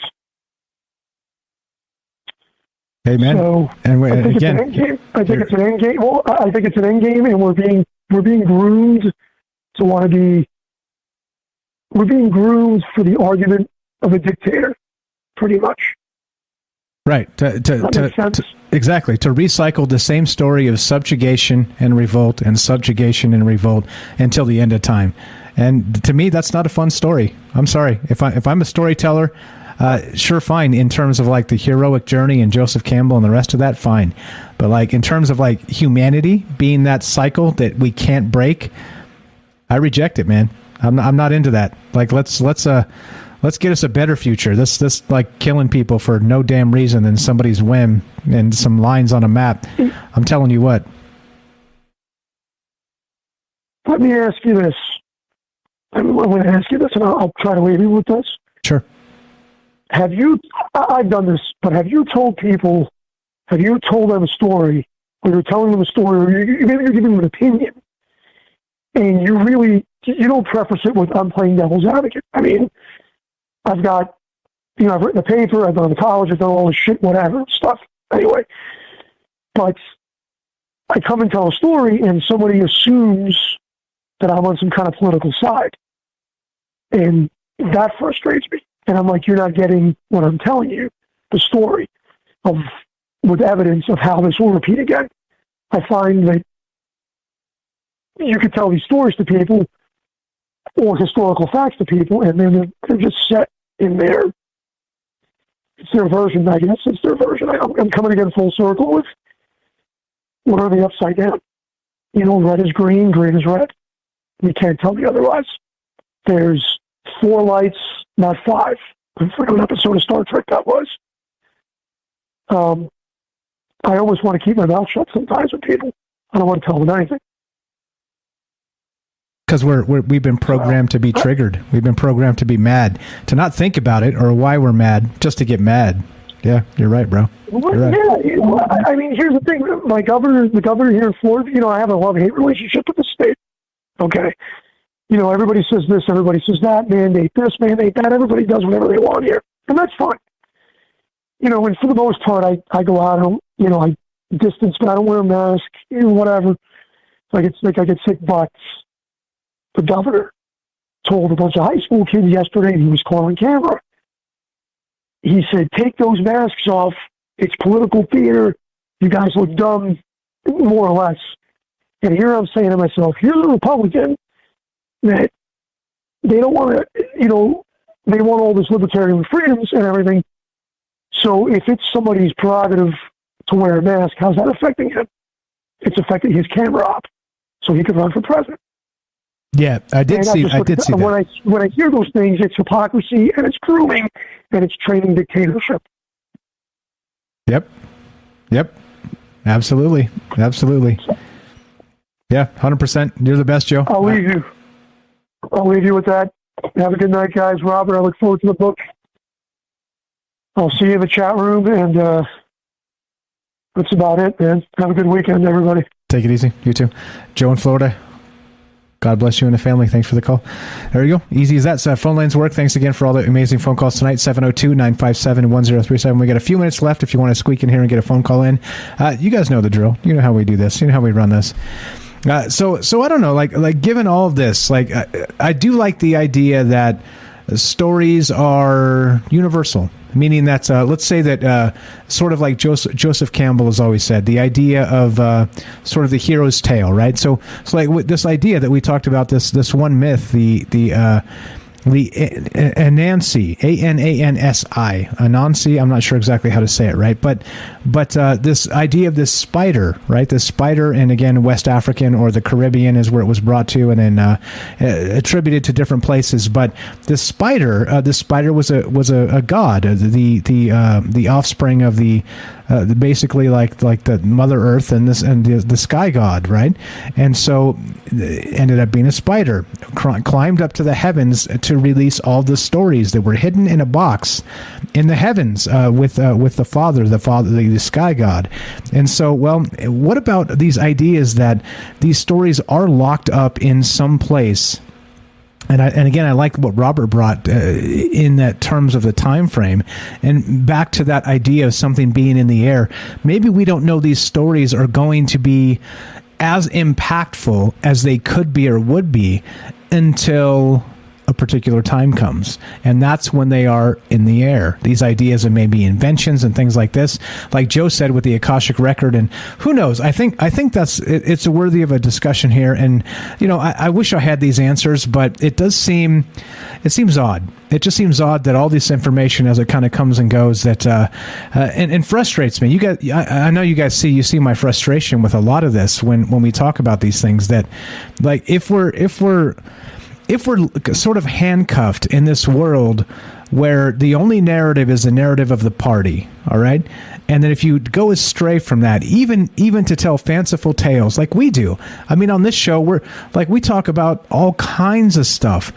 And so at some point, right, they're going to come at us and they're going to censor us, because we're not in lockstep with the party, right? I'm going to be labeled a right-winger and all kinds of crazy stuff, right? But it's like listen, you got to listen. Like there's an entirety of a conversation. It's like the entirety of his story, right? It's like what I did. I kind of told you the beginning of the story and then gave you the Cliff Notes ending. Of course, he succeeded in defeating the four critters and brought them back to his father, and his father opened the box and released the stories and allowed them down into the world, okay? And so very much like Pandora's box, right? And that idea of hope. And that's what I'm saying here, is that given we talk about these things, we consider these things because this is troubled minds. We speak in terms of not just the real world. We speak in terms of a hypothetical world. We speak in terms of maybe a cosmological hope, all right, of the way things may or may not be, the micro, the macro, how it all fits together and why we're here, right? I mean, there's so many things that you can kind of really get into that are fascinating, that are unbelievable discussions, that why are we going to limit ourselves to what the party says or does not say? And that's the thing that pisses me off the most about all this.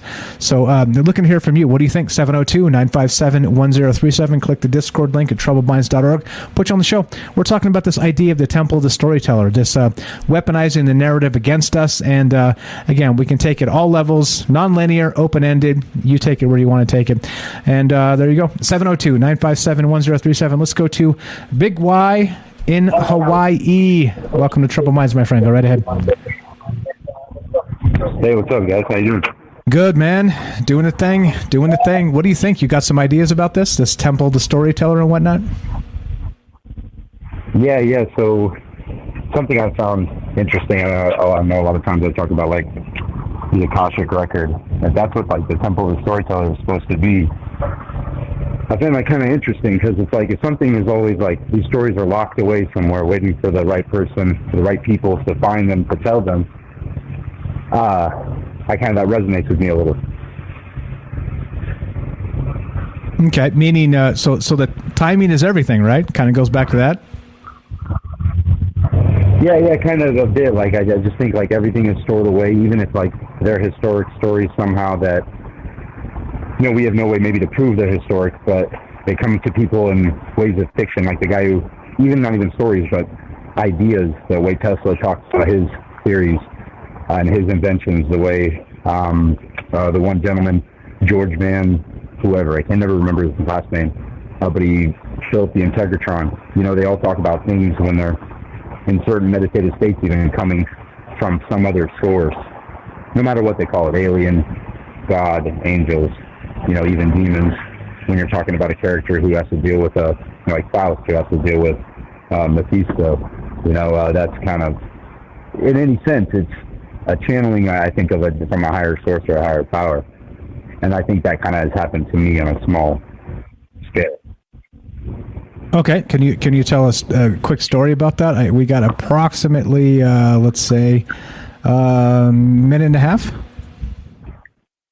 Yeah, I can do that real quick. So to summarize, I'm writing this fantasy story. One spoiler I'll give you guys is okay. A lot of people are going to think it's only medieval fantasy to an extent, but there's going to be little teasers to where now there's a bigger cosmic scope to this. I think this may even be more sci-fi. And so when I started writing this story, I got the original ideas for it when I was like 15, 14, somewhere in that range. And the idea of the planet, I didn't want Earth, but I created this planet that was Earth-like, and I called it Thea. And I just wrote Thia. I didn't really know a lot about Greek mythology at the time. Like I said before, I was raised super Christian. I wrote this goddess named Theara, and then I wrote one of the two main gods of the story were Aelios and Eris. And I spelled Eris as Aeres, and then I spelled Aelios as Alios. Well, once I've done like a little bit of research on the Gnostics, even the Greeks, they have names of like Venus. One of the names I think might have been Venus, or the sun was named Theara or Thea. And then another one, of course, Ares, that's obvious. But then Aelios was another archon, but it's spelled Elaios. And then I found out recently over the last couple of years that Thea was a proto-planet. That's the theory of how our moon was created and why a lot of people believe in hollow Earth, but there's still pieces of Thea and pieces of Earth, vice versa, in the moon and on Earth still. So I thought that whole topic was interesting to me because I've realized that in that aspect, I was creating something I had no idea. Like, why did I come up with that name Thea? Like, it just... But it fit. It was there. It was already there. It was already existed. Right. You just didn't know it. Hey, you want to hang on till after the break? We just got to get off the radio, and we can come right back to you if you want to hang on for a minute or two. Yeah, that's fine. Okay, I'm going to put you on mute. I'll come back and get you in just one sec. We're here with Big Y. We're talking about all this stuff about weaponizing the narrative, the temple, the storyteller. What's going on with this? As always, right, don't listen to me. I don't have the answers. I'm just a questions guy. But this quote real quick on the way out, Albert Einstein said exactly this. Don't listen to the person who has the answers. Listen to the person who has the questions. And as we finish, happy Thursday. You guys know how we do Monday through Thursday, 7 p.m. Pacific. So it is Troubled Minds Friday-ish, because we no more Troubled Minds for the rest of the week. We do have a news show tomorrow at 3 p.m. But, well, it goes a little something like this. We're going to get back to Big Y in just a second. If you're listening to us on Fringe.fm, stay tuned for Joe Roop, Lighting the Void. And if you're listening to us on any other platform, stay tuned for a third hour of Troubled Minds. And be sure, be strong, be true. Thank you for listening. From our Troubled Minds to yours, have a great night.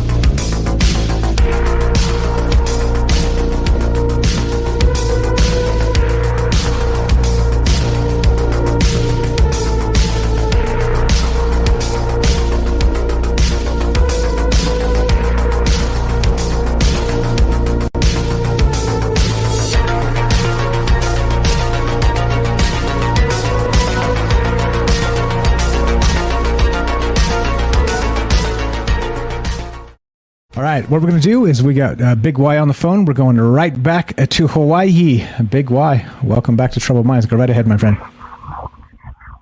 Hey, thanks for having me back after the break. You got it, buddy.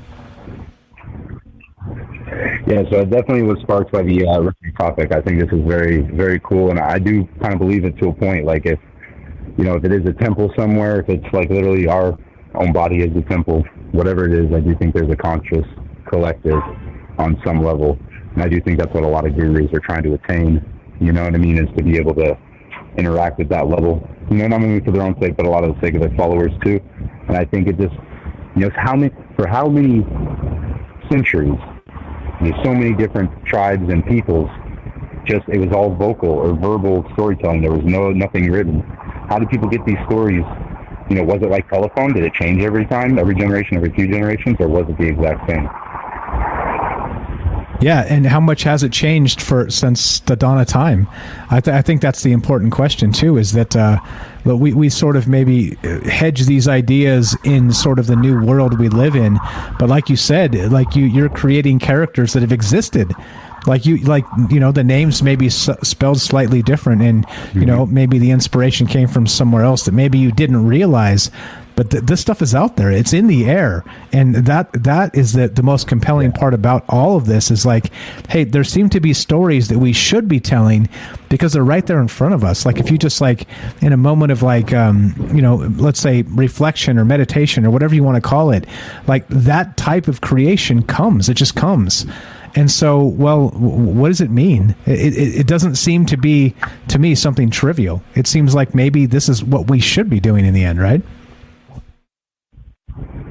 Yeah, I definitely think what is like that gut feeling, going with your intuition over going with, what you know is the overall general plan. Like something like you used to always say in the military, situation dictates. You know what you're supposed to do, what the general idea is, but sometimes you have to make instant decisions. And that even goes with the simplest things in life. Sorry about that. I have to be outside right now. That's okay. Those are the simplest things in life. And I think that's why, we don't live in the same, even though our genomes and our biological, construct, it's still in a mindset of like 100,000 years ago. We're not always meant to be in these clustered cities where our main, as men or as women or as whatever you classify as, your main competition for survival and, replication. People don't care about replication anymore. It's just survival. Well, that's fine. Cool. All right, there's other people that worry about replication. But now what stories do we tell, or how does the narrative change? Obviously, it has to be somewhat like telephone, because times change, right? Things are adapted, just like the Catholicism did to many pagan cultures. So I think at the end of the day, we can go back into that DNA being replicated over and over throughout generations. At a certain point, are we just reincarnating our ancestors' soul to an extent? At what level is the spirit coded? Is it just genetically, or is that the reason we have these connections and the ability to come up with stories or have a creative process and things still seem original, but kind of have fact in life? Yeah, amen. And it's so odd how everything is sort of cyclical, but we sort of just paint it with a new light. I don't know, man. Like I think there is something to this, and the reason why, we tell stories to each other. Again, back to the very beginning when we talked about it tonight, when we began the show. I think it's important. I think these things are important, that we don't forget some of these mythologies, the folklore, and that's why we talk about shit like vampires and werewolves and things like this on this show. Like you may shrug your shoulders and say, well, what is this guy doing? What the hell is he talking about? But right, I think there's a reason why some of that stuff is sort of locked into our psyche, because maybe just maybe, right, there's some truth to some of that, and that's why we do this, bro. I think so, and I think too, like what you said, the knowledge is to an extent a form of power. It's definitely the capability and the opportunity to have power, and not power in a negative way, like have power over people.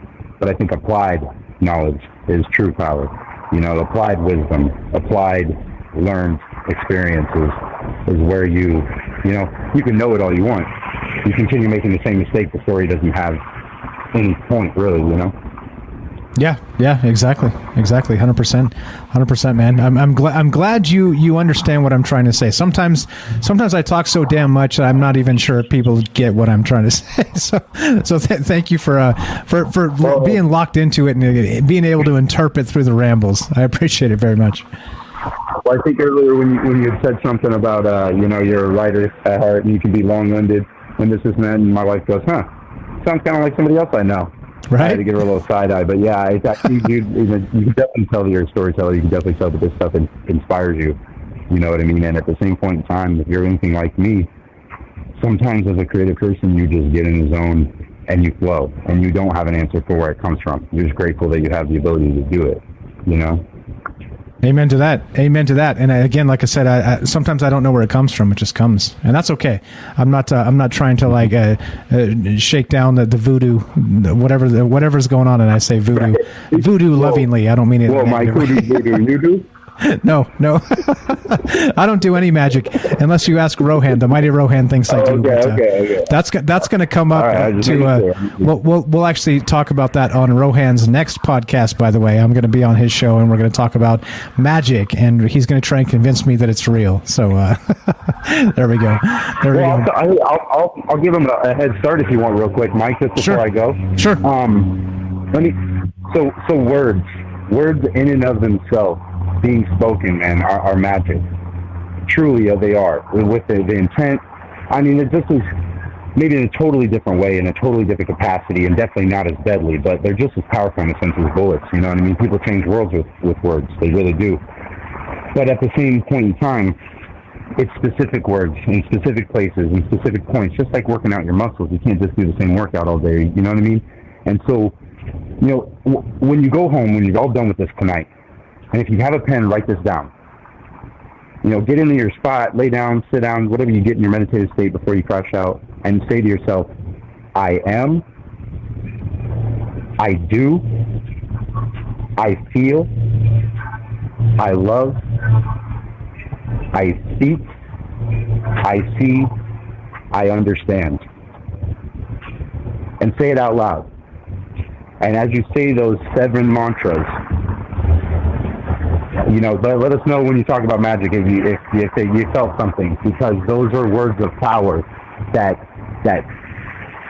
almost cement your place in the universe. At that point, you are declaring your presence outside of the pleroma, outside of everything else that is conscious. You are an individual, but you are still one and proud of all of it. It's all of it.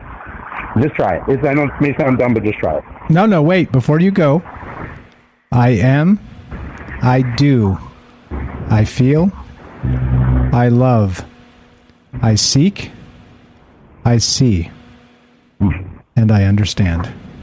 Yes, sir. Got it written down. The last one is good. The third to last one is speak. Like speak? No, okay. I messed it up. See, wait, speak. So feel, love, speak, not seek. Speak. Got it. P-E-A. There you go. See? I'm glad I said it. I would have been doing it wrong. I probably would have summoned Beelzebub. I'm glad. You know not with what you do. Exactly. I'm like, shit, I got it wrong. Big white. No, man. I mean, honestly, just tell me how you feel when you do it, though, because this is how I release my own endorphins, man. This is how I release my own feel-goods, and I try to manifest into a positive state of mind, into a positive mentality for the day. And I'm going to tell you what, ever since I've been doing it, it's been working wonders for me. All right. I appreciate you sharing. I will paste it in the chat as well if anybody wants to try it. Thank you for listening. Thanks for the call. I appreciate you being locked in and understanding what I'm trying to say here. Thank you so much. Oh, yeah, brother. Most of that. Oh, and once again, congratulations on 200,000, brother. That's awesome. That's an awesome feat. That's a lot of work. Hey, man, a lot of work it comes. It's crazy. Thanks to fantastic folks like yourself and everybody else. So thank you thanks for caring. That's the biggest thing. Thank you so much for all that. Hey, shoot, brother. No problem. Right on. All right, brother. No problem. You have a good night. Thanks a lot. You too. There you go. That's a big Y in Hawaii. Out there listening, out there contributing, out there thinking, out there considering all the things, right? And let me share this now that he corrected me and I got this written down. I'm trying to type with one hand, my one-hand typist, because I can't set my beer down because nobody to hold my beer. Hold my beer. There you go. There it is. Typed into the chat if you guys want to try what he described there, and there it is. See who says I can't do two things at once. I can do 10 things at once. Hold my beer. Now, even with nobody, like I'm the one holding the beer. I still do 10 things at once. All right, so we're still talking about this. I don't know. So the idea, I know we're a little bit convoluted tonight. We're a little bit convoluted, but it's okay, right? Again, the idea is that if you want to talk about Putin and World War III, we can do that. If you want to talk about this idea of the temple, the storyteller, and maybe how these stories are in the air, we can do that. That's the whole point of this. It's not really to kind of pin it down to one particular thing. As always, non-linear, open-ended. Where do you want to take this discussion? Third hour is for you. We're going to take a 2-minute break, and we're going to come back and get some phone calls. And if there are no phone calls, I'm going to go watch TV. How about that? There's your threat. There's your Troubled Minds threat. So 2-minute break, and we will be right back. Don't forget to say I am. Don't forget to say, all right, I am. Don't forget to say I'm about to. Oh, I'm about to. All right. There we go. What am I trying to press a button? Which button? Let's see. Which button? Let's go. Yeah, let's go right here. Right here. We'll do that. There we go. There's the button. All right. So what we're going to do is take a quick 2-minute break. More Troubled Minds on the way. Looking to hear from you guys tonight. Where do you want to take this? And third hours for you, like I said, the reason we do it, I could just pin it down to 2, do 2 hours. Nice radio edit, trim it, be done. We're the F out of here. But, well, sometimes there are more things that need to be said. So if you got things to say, 702-957-1037. That's 702-957-1037. Click the Discord link at troubledminds.org. Come say hi. If you've never called, tonight is your night. Be right back. 2-minute break. More Troubled Minds on the way. Don't go anywhere.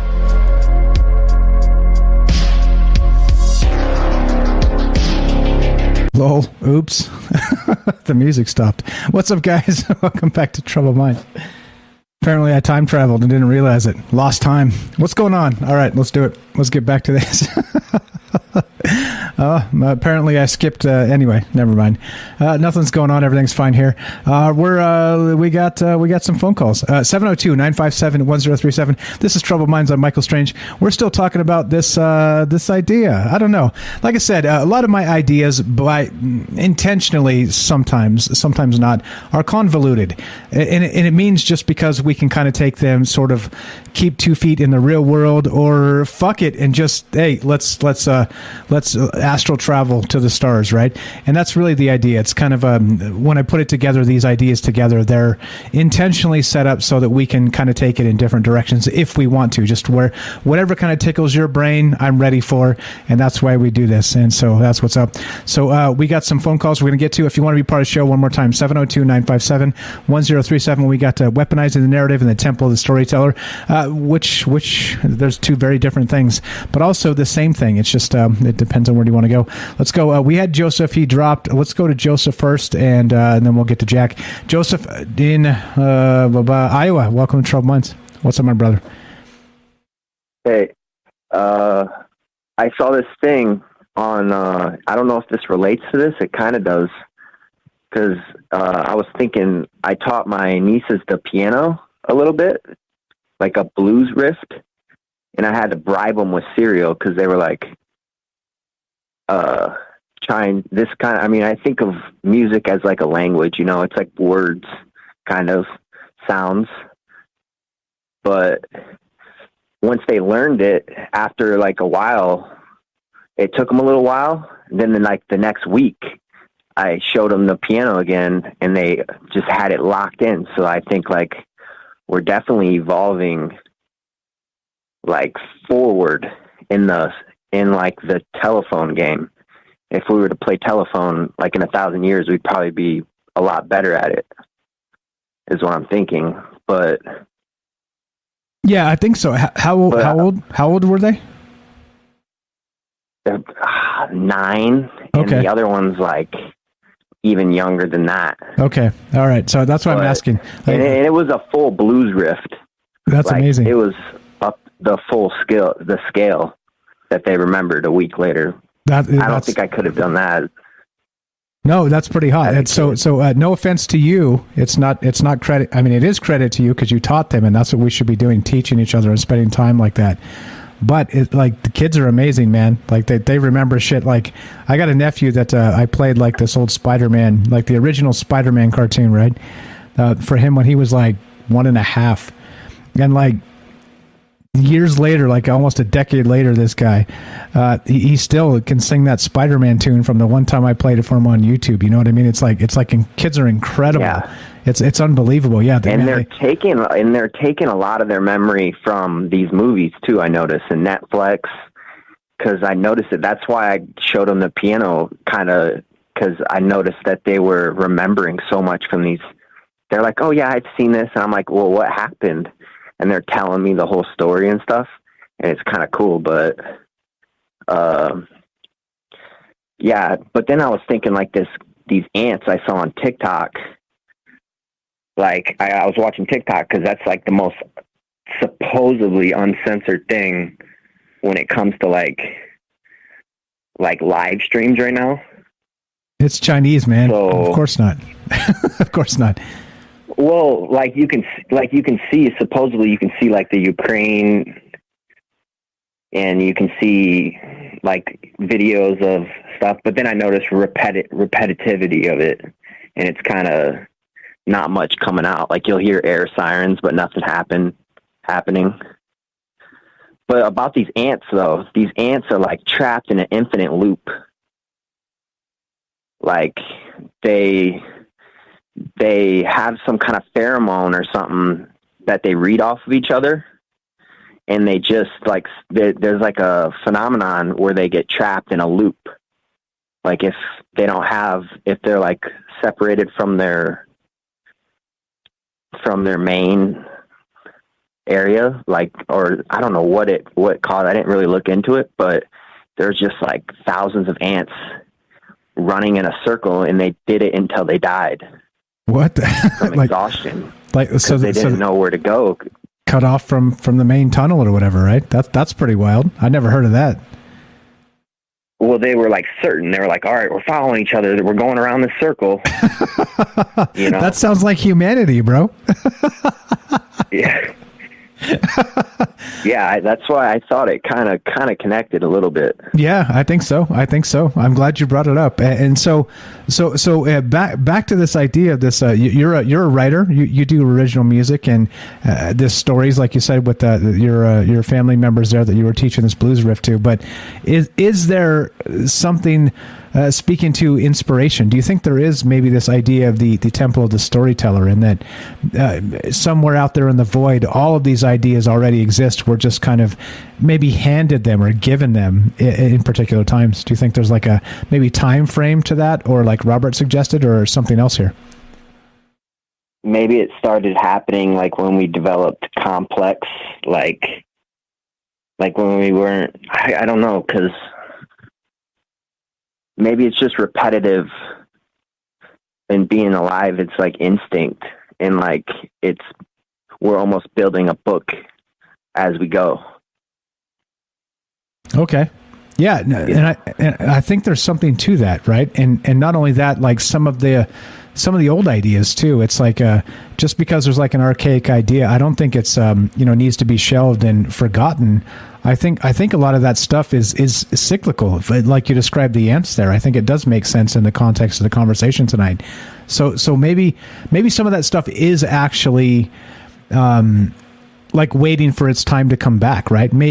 How about this? Check this out. So we're stuck in this stupid loop of like Hollywood and books and all the rest of this garbage where, novel ideas almost don't even exist anymore because people do the same shit over and over again. It's like Transformers 10, right? Like nobody liked Transformers 1, but for some damn reason they're like making Transformers 10. It's like, what the hell's going on right now, right? Like, what is this? And it's like, it's because it makes money, right? And so, like, they will milk an idea into the ground until there's nothing left good from it. But so many, like, ideas from the frickin' past are gold. And not only that, they're like, like out of the public domain. They're in public domain. Like, you can use them freely. It doesn't make any damn sense to me. But anyway, does that make sense, what I'm saying here? Yeah. Yeah, I'm not... I mean, I think times times change and stuff, though. And, I mean, the gold, I don't know. It just depends on what you're talking about, really. Yeah, I don't know. I think maybe the idea tonight was a little too wide. System, That's right. Go ahead. No, go ahead. I think the system, like, definitely needs to evolve. I don't know, and I think they hint at it with, like, the Nikola Tesla, because the first thing I looked at when I had my spiritual experience was Nikola Tesla, and I thought that was weird that everyone's talking about it and stuff. And one of his first quotes is, he mentions a world that he can't even describe. You know? So that makes me think that they break, like, some, maybe I don't know. Like, like you were saying, like, the old is the original, and, like, I don't know. Like, that doesn't compute with my mind too well right now. Yeah, that's okay. It's okay. I mean, yeah, that's fine. That's why we talk about this stuff, right? So here's the thing, right? So it's kind of now you've kind of got like an idea in your head, right? And so maybe 2 weeks from now, like, you know, it'll click and you'll be like, oh, hey, you know, Mike, I had an idea regarding that conversation 2 weeks ago. And that's why we do this. It's not, again, like I'm not saying I just taught you anything. I'm saying you just taught me something, right? I'm saying that, like, it doesn't matter, like, that sort of, like, circle doesn't make any sense because it is a circle. It's like we talk to each other, we talk about concepts, and those ideas do kind of come full circle at some point, and where it goes, right? Where it goes from there. I don't know. I'm with you, man. And I think that given all the things we know about the things we don't know, right? And I know that's a paradox, that I think the past is a good way to predict the future. And not just that, maybe break the cycle of our broken past, right? I think it's all the same thing. It's just how closely are we paying attention, right? Yeah. Yeah. And I mean, it's kind of scary though, like when you have the government and, like, technology, you feel not in control, especially when you're not being told the truth, you know? And I think they're really pushing to craft people, you know? Like, it really is, like, doing something it's going to do something to the human race. Like, it's pushing people, like, people are dying, people going over the edge before they can have children. And that really isn't normal. Like, maybe it's a test. They see it as a test, like it's going to happen in the future. And why not have it happen now instead of, like, the future when you have even more of a risk, you know? But I don't know. It just seems that's how I see it. Like some kind of, like, crafting of people. And we have, like, cows and pigs, and we're humans, we're animals too. So I see like the obvious, like. Joseph, have you read Animal Farm? Have you read Animal Farm by George Orwell? No, I don't really read much. Do me a favor. I probably should. Do me a favor. Make this the horse you get back on. Animal Farm is super short. You could probably read it in a couple 3 days if you, like, dig in, or even if you spread it out, like, super fast. It goes fast. It's a super small book. But what you just said right there, right there, go read that book, and we'll when you're ready, please. It's like you could probably get it on Amazon for, like, a couple bucks or something. Like, go check it out. Animal Farm, George Orwell, and then reflect on what you just said to me. You're the best, bro. Yeah, and I mean, something like that can be as simple as like a rule or like something on Facebook that can't happen. And you're talking about a prolonged period of thousands of years of like little stuff like that can add up, you know? Like little stuff like the dislike button being removed. I mean, I don't even know like the repercussions of all the stuff that they do, but I'm sure they have a more of a what do you call it, view, or they know what they're doing. There's a plan. Point, you know. Trust the plan, Joseph. It's just not our plan; it's their plan. I always used to say that as a kid. As long as the power's in the right hands, we should be good. But you know, things are kind of weird. It doesn't seem to be the case, does it? It doesn't seem to be the case at all. Yeah. You're the best, bro. You're the best. As always, Joseph here, good friend of mine. Thank you for calling in. Thanks for listening. I appreciate you very much. He's got a YouTube channel. He's also was a creator. Check it out. He does original music and some other things. He's got a channel called Hydro Hose. Check it out. Links in the description down below. Joseph, thanks for being part of this. Thanks for calling. Thanks for bailing me out night after night. I appreciate it very much. Yeah. Have a great night. Thanks a lot, man. There you go. Easy as that. 702-957-1037. Click the Discord link. That's Joseph in Iowa. I love the way he thinks. He's he's a troubled mind through and through because he's unafraid of these ideas. He's unafraid of, sort of challenging not just what I'm saying, sort of his own ideas of what he thinks the world may be or maybe where the world's going. And I'm not saying that I'm right about it. I'm saying that once you throw out some ideas, right, if people are willing to sort of entertain those thoughts as well, let's think about that for a sec. Maybe. Yeah. Thank you, APOC, posting Animal Farm on Discord and audio. Yeah. Oh, perfect. There you go, for free, right? On YouTube or whatever, right? Yeah. So there you go, Joseph, if you're still listening. So there's probably, you can find it, just a narration of that from APOC posting in Discord. So check that out, and you don't have to bite it at all. But yeah, it's what you said, interesting, super parallel to exactly sort of what we're talking about tonight, how it all fits together. So wild how you just, again, remember we're talking about like these inspiration from the ether sort of situation, and then bam, Animal Farm. We're pigs, we're cows, we're sheep, right? Go read that book, dude. Go listen to the audio file. It's amazing. 702-957-1037. Let's go to Jack in Oregon. Welcome to Troubled Minds, my friend. Thanks for waiting. Go right ahead. Hey, Mike. Good evening, Can you hear sir. me? Yeah, loud and clear. How are you, man? What's going on, Jack? Well, another beautiful day here. Nice. Love that. Yeah, you're crushing it once again. I love what you're talking about. Thank you. Is it sometimes I feel like I'm a little too much, like I don't know. Meaning there's just the concepts are a little bit too wide for a radio show, but I don't know. Hey, get the fuck out of the way. We're coming through here. Who cares? Get out of the way. We're coming through here. That's fine. I don't know. So what are your thoughts on tonight? I like it. Thank you. Sitting around a campfire. Anyways, I would like to tell a story. This is like 2 hours ago story. So what I like to do sometimes when the sun is setting, I like to ride out to the point with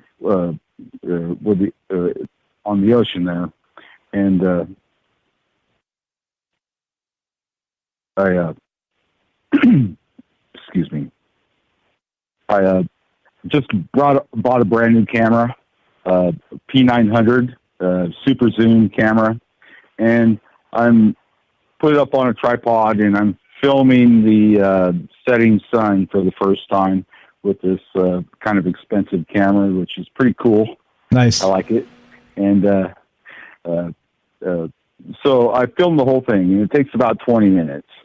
And right at the very end, this girl from out of nowhere walks down and past me, and then she like realized that she broke my shot while she was walking down, and then she like apologized as she was walking up, and I say to her, I go, go ahead and bomb it. It's almost over anyways because of the sunset, right? Right. And then the look of horror in her face when I said that was priceless.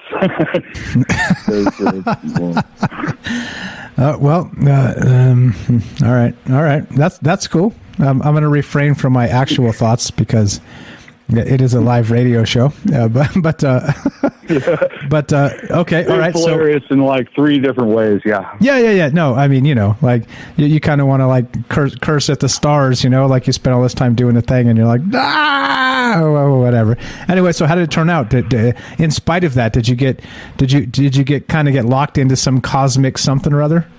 Was it a transcendent experience anyway? I loved it. It was actually perfect. Like for first time using the camera ever, I like panned around, zoomed in, zoomed out, and then I got that funny like line at the end of it. It was great. Sweet. Okay. All right. I'm with you. Sweet. So that's good. So more and I'm wishing you this, and I'm wishing you a great future, my friend. Meaning, you don't have to go. I'm not doing it that way, but I'm saying the first one, right? This is back to that Anne Rice show that I did. Magnus the vampire. He waited and waited and waited and waited to finally make the perfect vampire. And the reason why I say that and go back to that story, if you've never read Anne Rice, is the first vampire you make is the most important one, because without that one, there's not a second, a third, a fourth, or a fifth. And so you just made your first vampire, my friend. And in this case, it was a picture of the sunset. It was a time lapse of the sunset, which means there's going to be a second, a third, and a fourth. So congratulations. Well, I think I might have a huge amount of vampires at this point. Then. Yeah, that's fine. That's fine. But go ahead and ask your original question again, because I think I might have missed it. Okay, so just in terms of, so I was talking about propaganda. It was a little bit soapboxy tonight about the Putin stuff and the war and all the crap that's going on in the media. But more importantly, this idea of the temple of the storyteller, meaning that do you think it is a thing where the stories do exist kind of in the ether? And as Robert suggested when he called in a little bit earlier, that maybe these stories are sort of on this timer where they're kind of sprinkled down amongst us as inspiration when we need them the most. You know what I mean? That's sort of the idea tonight. Yeah, that's a great question. Actually, I would have to say that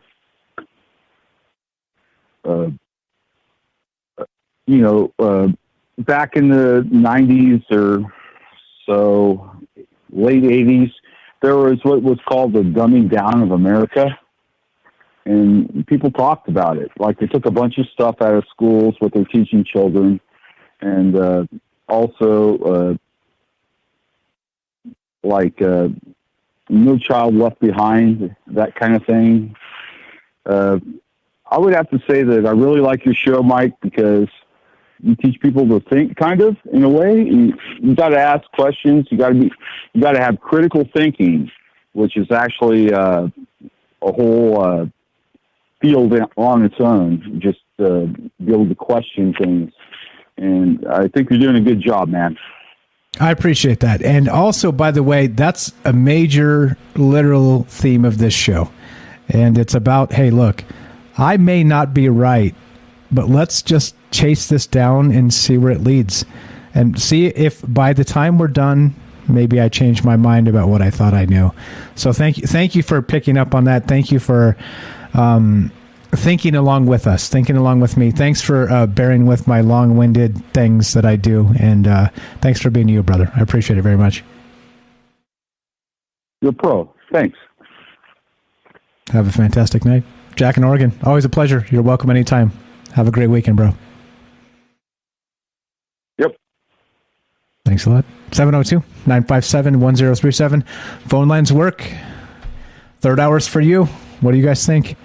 What do you think? I guess when we get down to the end of it, maybe I'll just go to bed. I'm just going to go. Forget it. I'm going to bed. No, I'm just kidding, because we have Robert on the line. 702-957-1037. I just wanted to make him have that apoplectic moment where he's like, no, Mike, I'm on the phone. Robert in Pennsylvania. Welcome to Troubled Minds. Go right ahead, sir. I just had to call back. There's no way I can let you, rush out of here, turn on that TV and watch that Kimmel show. Sean Hannity or whatever the hell's on right now. I don't even know what's on right now, because I don't even watch TV at this hour. I'm usually doing this at this hour.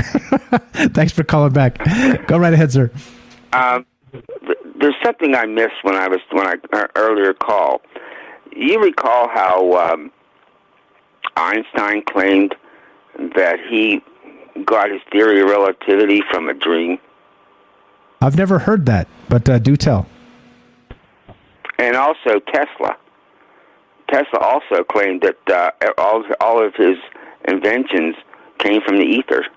I do know that he's been very had been very well spoken about that, in particular quotes saying that it kind of exactly like what we're talking about tonight is that his inspiration for the things he was doing never actually came from himself. He was able to tap in to something that he couldn't even define. He called it some sort of like a universal constant or something. He had a term for it. I can't remember what the term is, but yeah, 100%. I'm with you there. So it would probably be, wouldn't be too far of a stretch to say that the great storytellers, their inspiration came from the ether as well. Yeah, no, I think that's probably legitimate. And like I said, I keep citing now, and this is why we do it. You know why we do it like this. There's things I haven't considered about this idea, right? I have the idea, and I kind of run it out even sloppily sometimes. But then your call, the first call there, locked it in terms of like when, right? It sort of snapped it into a time frame. And so it's like, hey, look, if there's these ideas and they're already out there, how come we don't have them already? Well, maybe it's not time for us to have them yet. And maybe those ideas are waiting in that ether for the exact time, like I was saying, based on your idea for the most impact to humanity. Like you said, with those great examples you had with the meat packing and I can't remember the guy's name. It's coming to me. Sinclair Lewis, yes, and yes. Like so you had John so many. Steinbeck. Exactly, so many great examples, and so maybe those ideas are still floating out there in the ether right now, and they're about to bubble up. They are in the air, but what do they need? I think you're correct. They need people to write them. They need people to sing them. I think there's something coming down the pike. All right, somebody's writing it now. All right, that's going to change the direction the whole world's going in right now. That's so horrible. All right, that's going to wake everybody up. I think that's going to happen.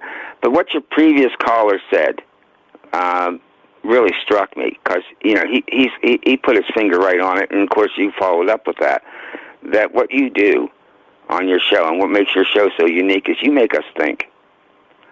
There's not a lot of anything on the internet,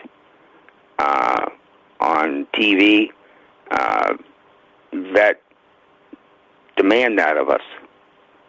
Right? No, man, it's the opposite. It's the upside down, right? In a perfect world, we're supposed to be thinking all the time about all the things, ourselves, our family, the people we love, why we hate the people we hate. Hate's a strong word, but you know what I mean. Like, we should be thinking about these things all the time, in my opinion. But the upside down is, like you've just described, we're not allowed to. It's not in the realm of possibility anymore. We're supposed to take the party line and then hate Emmanuel Goldstein, the fictional character that they've created for us to hate.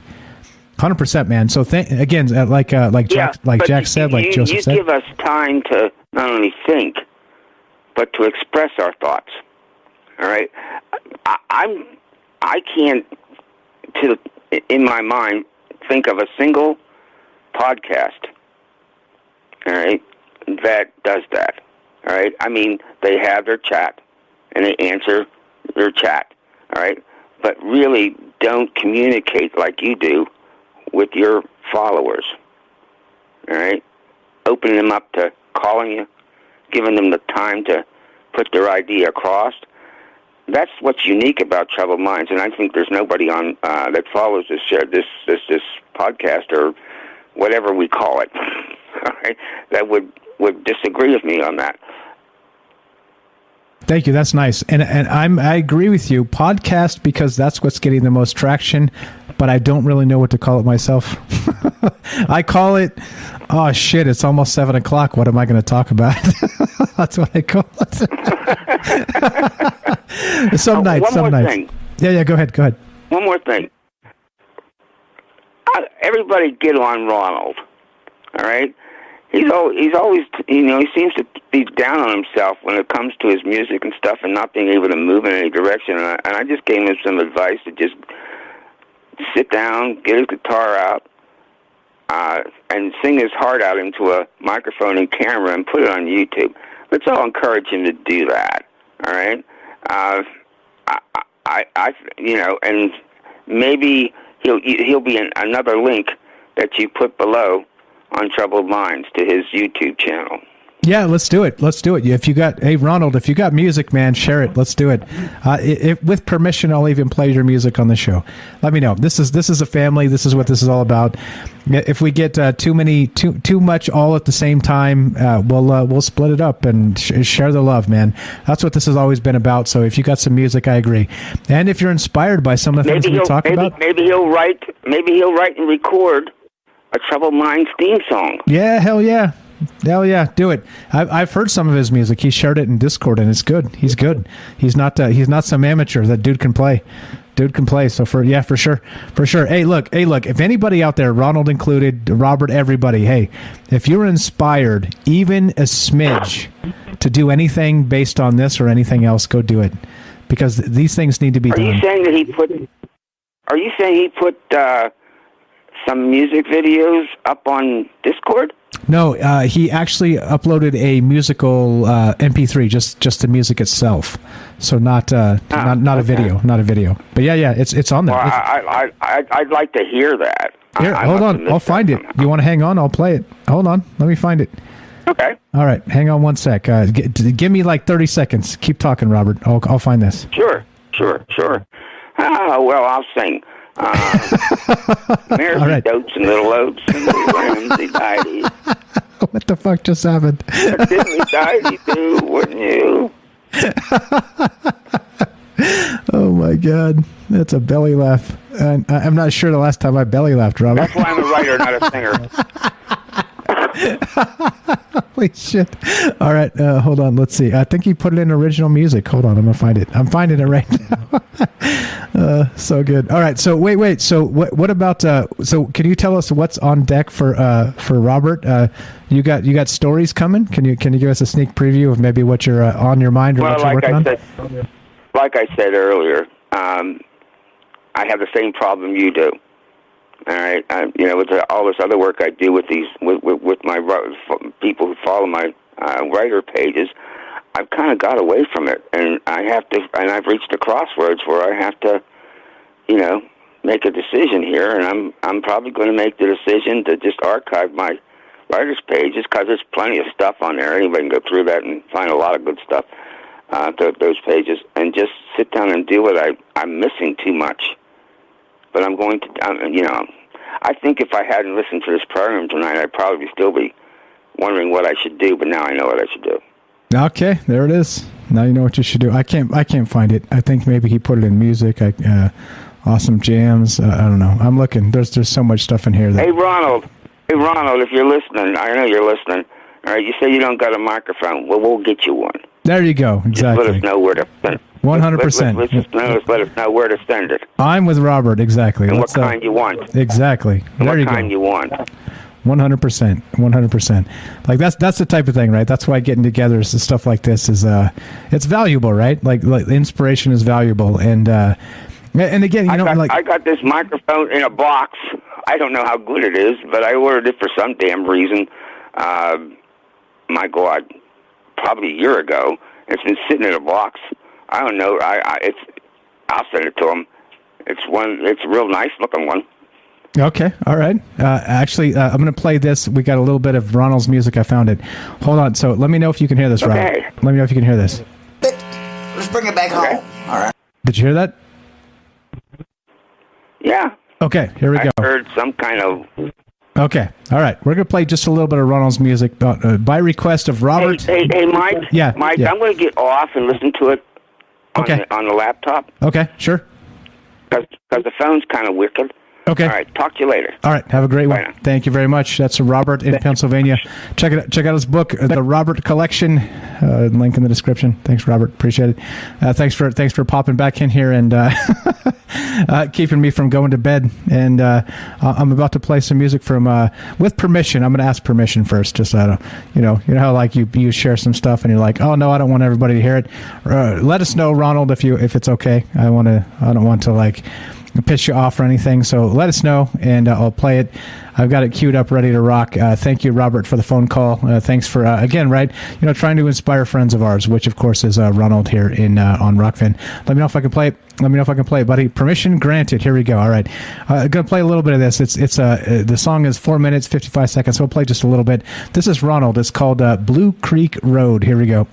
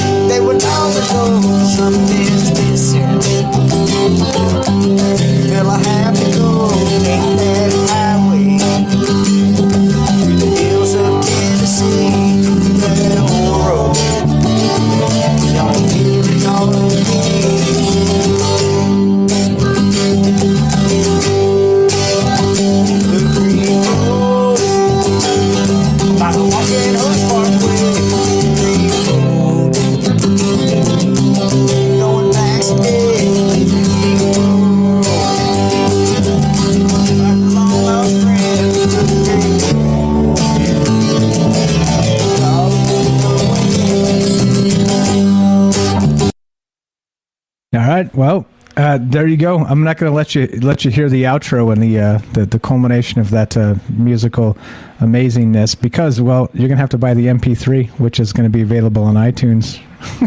What's up, Ronald? Good stuff. That's actually it's on Discord. I'll actually link it on Discord so everybody can know where to find that if you want to download it and get the sneak preview of that's basically the beta version of the song that Ronald's about to release called Blue Creek Road. Let us know what you need, brother. I'd love to help you out as well. And Again, inspiration all around. Inspiration all around. It's what this is all about. It's what it's always been about. And good stuff. Good stuff. Thanks for sharing that. And there you go. Also, Dave, who sent me his demo, which, by the way, I'll play some of that. Well, why not? It's demo night. He says. Dave says from Hawkins Guitar says, indeed, all he needs is a mic. They can adjust it. He's flying. Awesome riff. Agreed. 100%. 100%. Let it rip. Let it rip. Here we go. I'm going to put this. How do I copy this? Hold on. Here we go. How do I share this? All right. Anyway, so I'm going to leave it up here I'm going to get to this, and we're going to play some stuff from David as well. But let's get to James. All right. So we're still talking about this one tonight, because why the fuck not? It's I thought I fixed the webcam. God damn it. All right. Let's go to James while I fix the webcam. I'm pretty sure James broke my webcam. He was meditating, trying to break my shit, and now it broke. James. What's up, brother? Well, you're too good. I try to just protecting my own show. I gotta do what I gotta do. Sorry. Thank you. That's very nice. Trying to derail the troubled minds. Damn it, James. What's up, brother? How are you tonight? What's going on, my man? Oh, no, but great. But seriously, I agree with what Robert said. And again, just to talk about that a little more, I did start my show before I came here, but it was this show and the community here that really helped me get it going to even more than what I was doing with it. And so I'm just really glad to be with you all, and fully support everything that you all are doing with your own ideas and talents and everything. So that's amazing. Amen. So what other thoughts do you have on the thing tonight? As I dig up David's music, because we may as well play that while we're at it. Let's do it. Tonight. It's Trouble Minds demo night. Let's roll it. Yeah. I just the other thing I was thinking about earlier is how so I do a lot of always look for audiobooks to listen to, because that's what I do now is I have to listen to audiobooks. But it's amazing how many of the bestsellers on those bestsellers lists, this kind of goes back to Joe from Florida's comment, one of his comments, and it's not that I'm against this, but it's amazing how many books out there that are bestsellers that are about politics. Yeah, no, exactly. Well, because it's what they've got us all whooped up in a frenzy about, right? We're supposed to care more about politics than anything else. And when like you said, you can't even watch that shit, can you? You dial it in or listen for a minute, and you're just it's like you want to punch yourself in the face, right? That's how I feel anymore. And I'm not even talking I know there are people that are interested in politics in general, and that's amazing that there are people that are into that, and that's why I want to make sure I'm saying I'm not putting Joe down at all for being interested in any of that. But it's just amazing how many books there are, and they have titles that are just not even partial or not even fair. They're just basically either putting someone down, so many of these books that I've seen, or they're saying someone is the best. There's no middle ground most of the time, it seems. At least from what I've seen.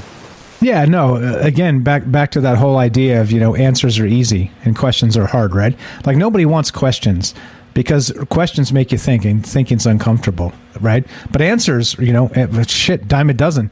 You ask 1,000 people, you get 1,000 answers. That's so easy. It's so fucking easy. I can't remember who said this. This is another philosophical thing that I don't know where it came from. Again, please don't make me find. I'll have to dig it out. But it goes a little something like this. I'm paraphrasing, and I'm going to butcher it. But that opinion is the lowest form of knowledge, I guess. Something to that effect. And it's true. But not to discount opinion. We all deserve our own. But for fuck's sakes, also, there needs to be some depth, right? There needs to be some understanding. It's opinion is opinion, but if opinion is locked and really a non-fungible token, if you know what I mean, if it becomes that, we have a problem, don't we? There's a really big problem with this, and that the opinion is the opinion of the technocratic church, of the of the overlords of whatever the hell they want to call themselves anymore, wherever the hell we're at. The party, right? The party, like the opinion of the party becomes gospel. And I got a big problem with that because, again, the opinion of the party is so fucking upside down anymore that, again, I left the party. I used to be part of that party, part of the party. And I was like, yeah, this is cool. This is chill. And I was like, wait, what? what the fuck just, like, everything was fine yesterday, but how come you guys are all freaking out today? You know why? Because they want us to hate each other, James. That's why. Oh, definitely. And you've said it before also, if you're not following any one party, then all the parties think that you're evil, think that you're crazy, and it's terrible that's come to that. Yeah, River Blues. All right.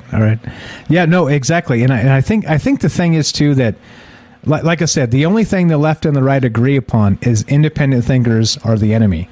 Right, and that should tell you everything you need to know. That should tell you everything you need to know. Is that it's not about independent anything, thought or education or anything at all anymore. It's about making us believe some bullshit that they've concocted for whatever. This is the craziest part. They both want the new world order. By the way, the left and the right, they just want to approach it a different way, which is like. Oh, God. Facepalm shit, right? Yeah, definitely. Come on, man. No, I have family, I used to kind of pay attention to what they all kind of thought as far as politics went, and as I got older, I looked more, looked into it a little bit more here and there, and it just, I could not get into any of that with them. I could not agree, because, you had both sides had pluses and minuses, which, of course, there's always, everyone has their strong suits, and I'm sure every group does too, but if it was just the whole idea that you have to support this group no matter what they say, even if they're doing wrong things. And both sides, from what I've seen, I'm sorry, but both parties, major parties in the U.S., they do the same things to each other all the time, and then they accuse each other of doing that same thing. Yeah, the same thing. Over and over again. The same thing. Over and over again. And it doesn't, you don't even have to pay attention for very long, literally one election cycle, and you're like, yeah. Oh, so they're in power this time, and they get to say all the same shit about what the last guy said the last time about them. You're like, exactly. Oh, I get it. I see. This is all just a big fucking kabuki theater, and here we are, like having to believe the bullshit they tell us because they're locked into some stupid game that has nothing to do with us at all. Got it. It's about power. It's not about people. And fuck you. I reject it entirely. Sorry, James. And it goes from the TV and all the videos, but it also goes to, and this is something I don't hear too much about usually, it goes to books, as well. And that's, like I said, that's what I noticed with different websites, their bestseller lists. A lot of those titles would be, just different politicians, and promoting either their stuff or putting down another person's ideas. So yeah, I just thought that was something to bring up, and I had to call back because I just love this topic tonight, and everyone's calls have been so great. Fantastic. I'm going to play this for just a sec. Thanks for being you, James. James has a podcast called Salcedo Paranormal. Check it out. Link in the description. Good friend of mine. I'm going to play this just for just a sec. Make sure you can hear it, so you can hear it from that spot. If you can't, we'll have to redo because this is not. Actually, hold on. No, I can't. Let's do it. Let's try it. I'm gonna give me 5 seconds. Here we go. I guess I'll do that because I'm not set up to do it this way. Let's see. Cross your fingers.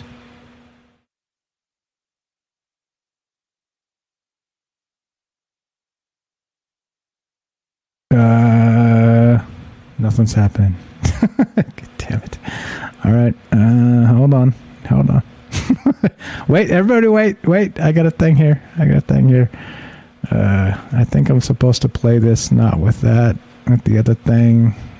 Too many buttons. Too many buttons. Too many files. So actually, so David sent them to me on these files that are what are these? CDA audio files, and I can't just drag it in. And buttons.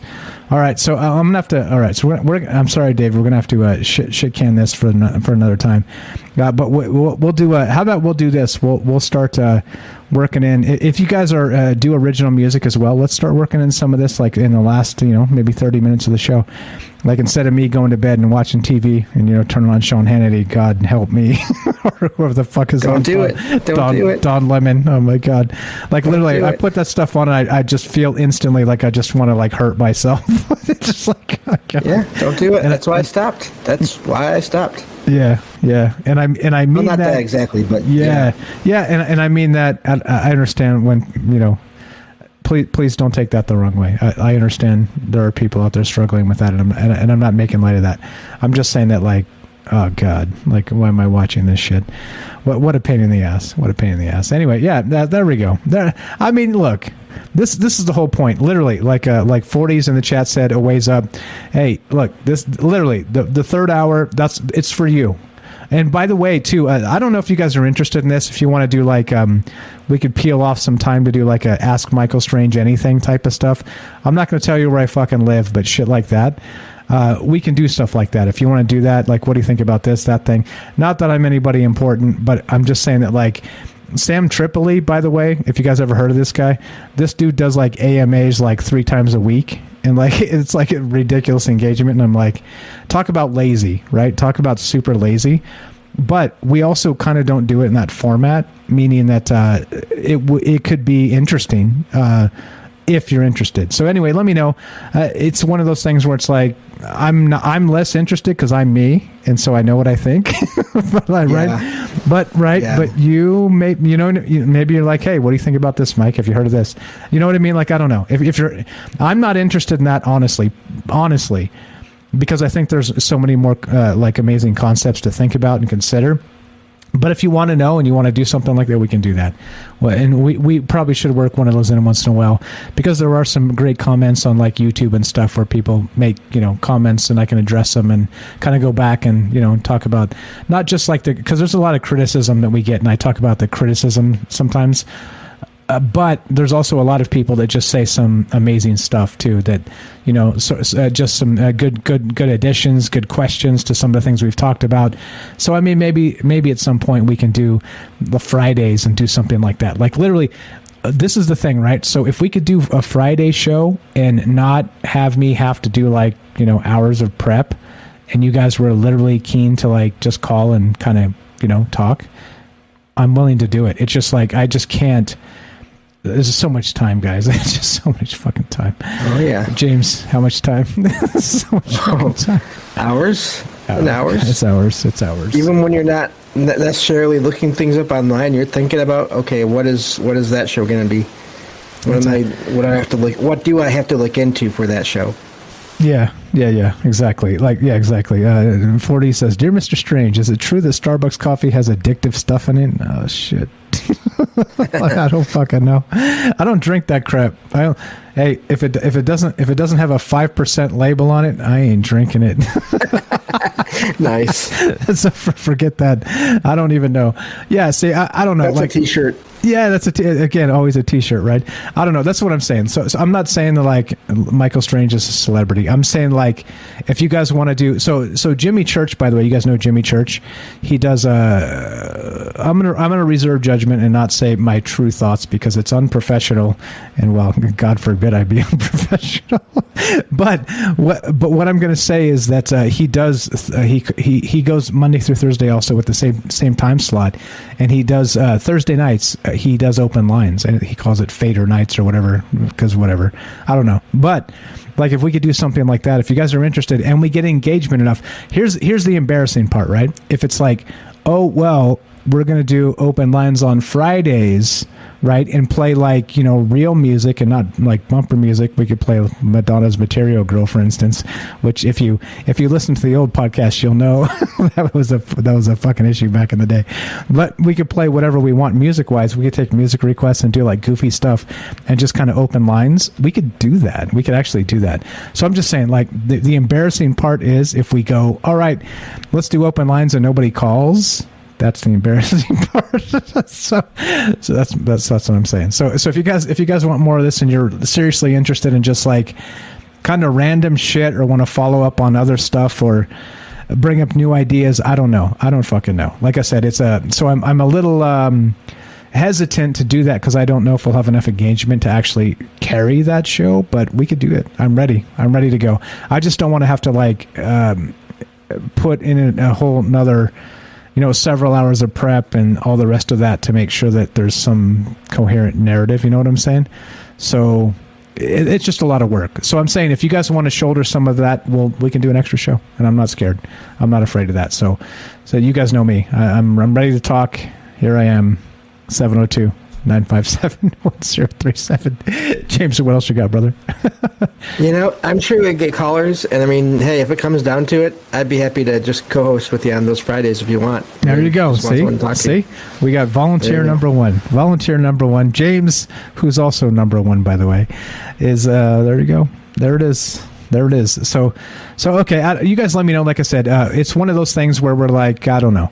We're sort of in that weird realm of where does this happen next? Where do we go next? Right? Like I don't know. It's sort of on the precipice of success, and it's cool, as APOC says. It's also scary, by the way. Just for you know how like when you've worked so hard for so long at something, and then suddenly it's staring you back, and it's like pressure. It's like, what's next? I don't fucking know. I don't know. So like I want you to understand too, like for all, we're not there yet. Like they're there yet, but as far as I'm concerned, this is a success because of all the amazing people that I've met that have been part of this. That right. So again, right. I know I'm gushing a little bit about this, but I kind of actually planned on this being sort of a weird, wishy-washy sort of show because it is sort of like an anniversary show, sort of like one of those weird milestones, right? Like they come so fucking fast that I don't even, like this many episodes or that many episodes or this, like how the fuck do you milestone anything? Like James, I've been talking for this many 1,000 hours, like my 10,000th hour of rambling. How do we celebrate that? You know what I'm saying? Fuck. Yeah, I'm going to be dealing with that this summer because exactly, in a way. We just had my 100th episode recently, and this summer, if I keep on going the same pace, which I plan to, we're going to be at the 200th episode, and then after that, after summer in October, there's the 2-year anniversary. 2-year anniversary, I think 2-year anniversary.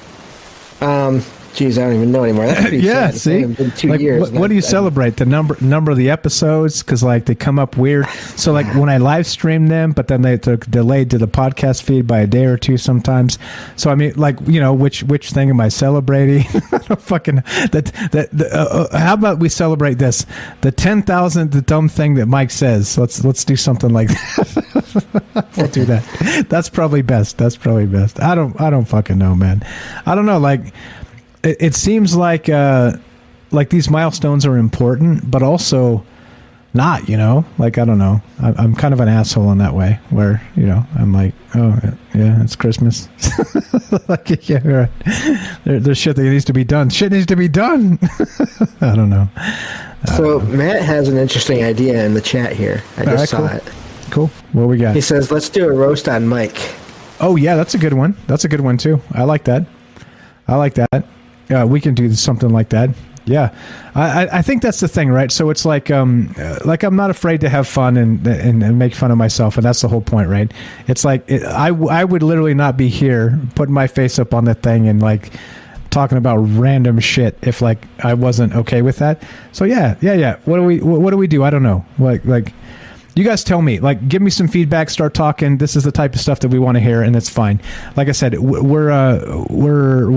growing into something that I never considered.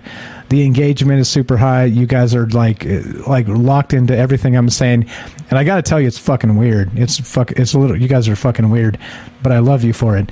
It's one of those things, right? It's one of those like. It's just my thoughts, you know. I'm just a random guy. I'm literally like a knucklehead on the internet with a microphone, and I mean that. But I don't know. Like again, right? Like when success stares you back in the eyes, and it's like, all right, what's your next move, Mike? I'm like, fuck, I don't know. Like, fuck, I don't know.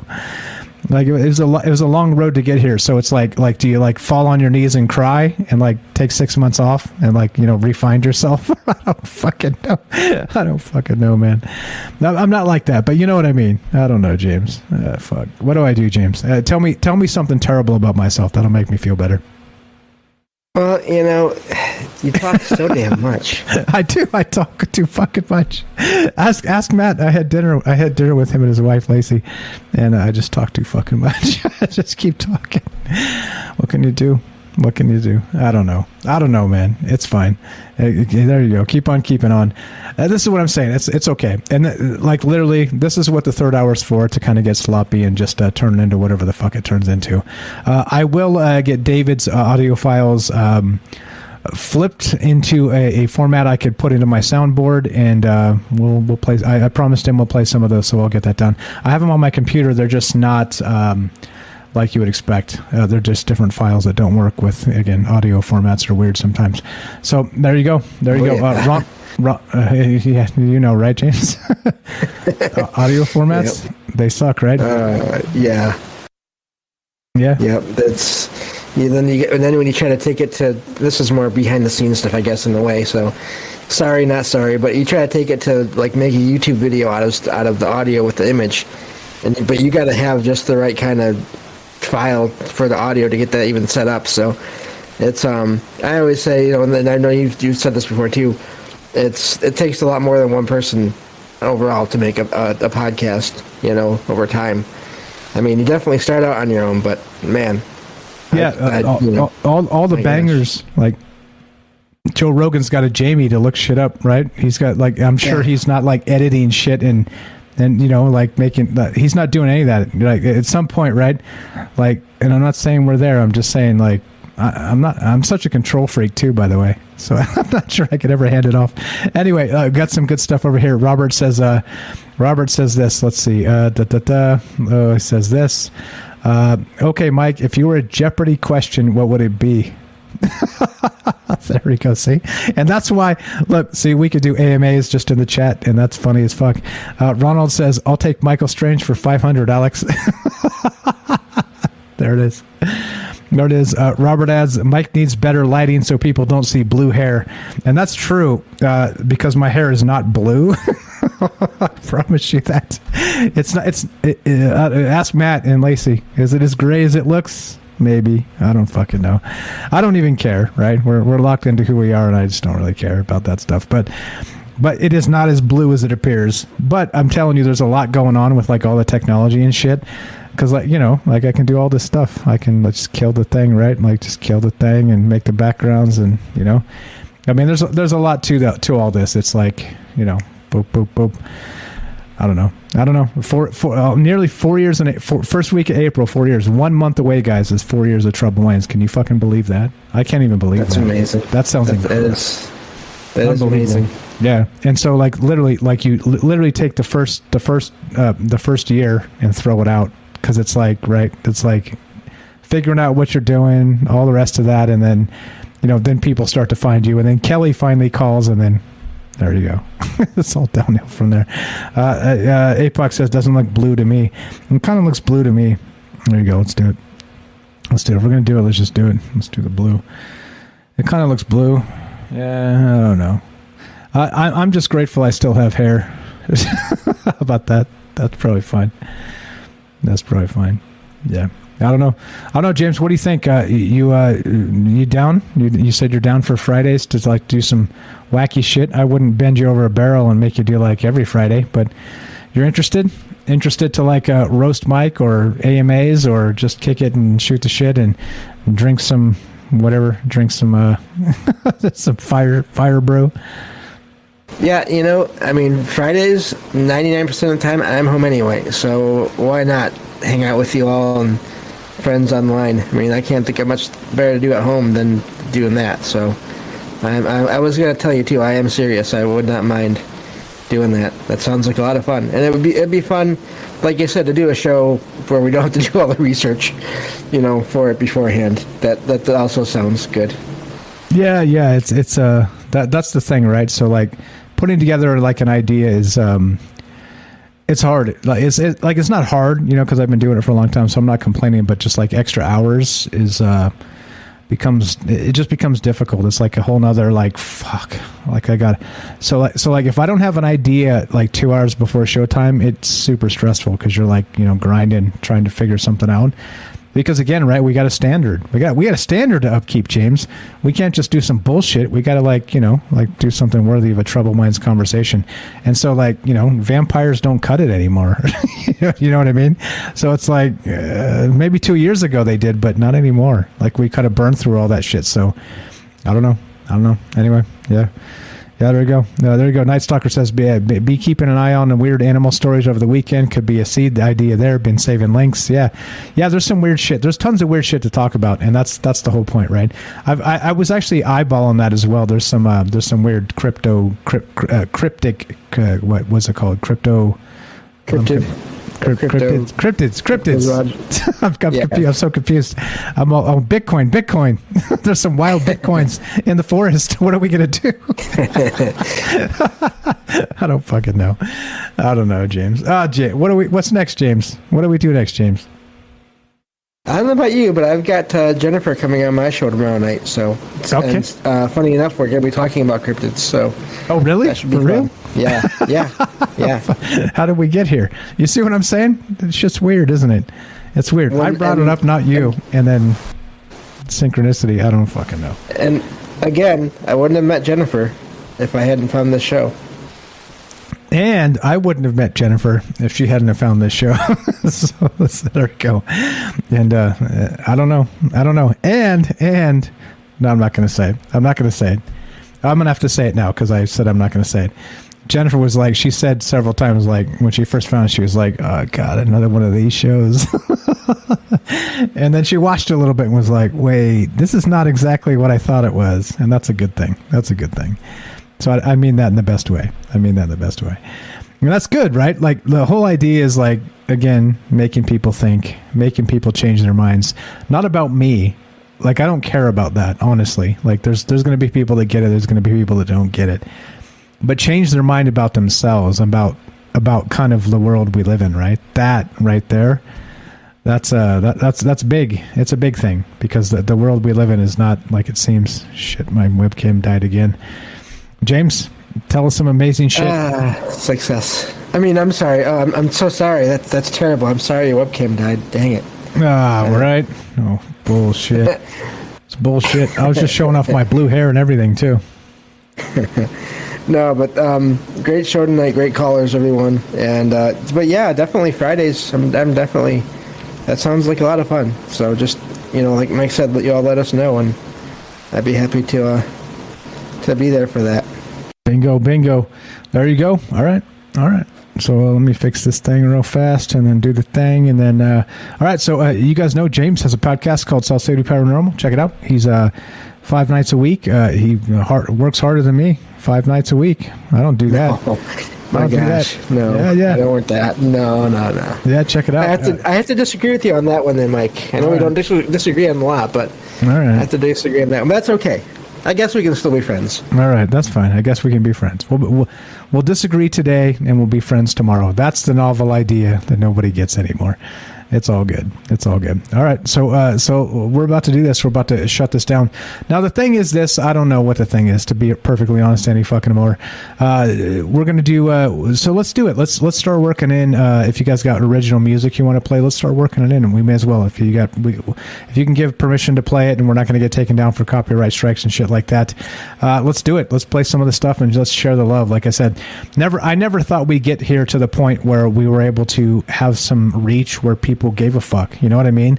Like it's one of those things, like it seems silly saying it now, right? Because it's like there's a lot of eyes on this, and like we're and I say we, and I mean that, like we're coming up in this world, like in this sort of talk paranormal space quite a lot. And not only that, independently, which I'm super proud of. I'm not kissing anybody's ass to get there. How about that, right? Like that. This is not part of that UFO circle jerk, which, you know, that's the Stephen Cambian line. But I kind of agree. You know, like the fast, easy way is to just interview all the people in the UFO circles, and like everybody wants to be on your show, and then you want to be on their show. But then also, by the way, you have to be nice to them. You know what I mean? And I'm not scared of being nice to people, but I also don't want to be able to have to hedge my words. I've said this a lot, and I mean this, like literally trim off my actual thoughts on things because, let's say, James disagrees with me. You know what I'm saying? I know James wouldn't care, and we're friends and it's fine, but like, you know, like once you start getting like these people into these circles, into your circle, and you're in their circles, like you kind of have to, right? Like drama ensues if you go afoul of this guy or that gal or the fuck. God. Well, and not only that, all your shows start to sound similar.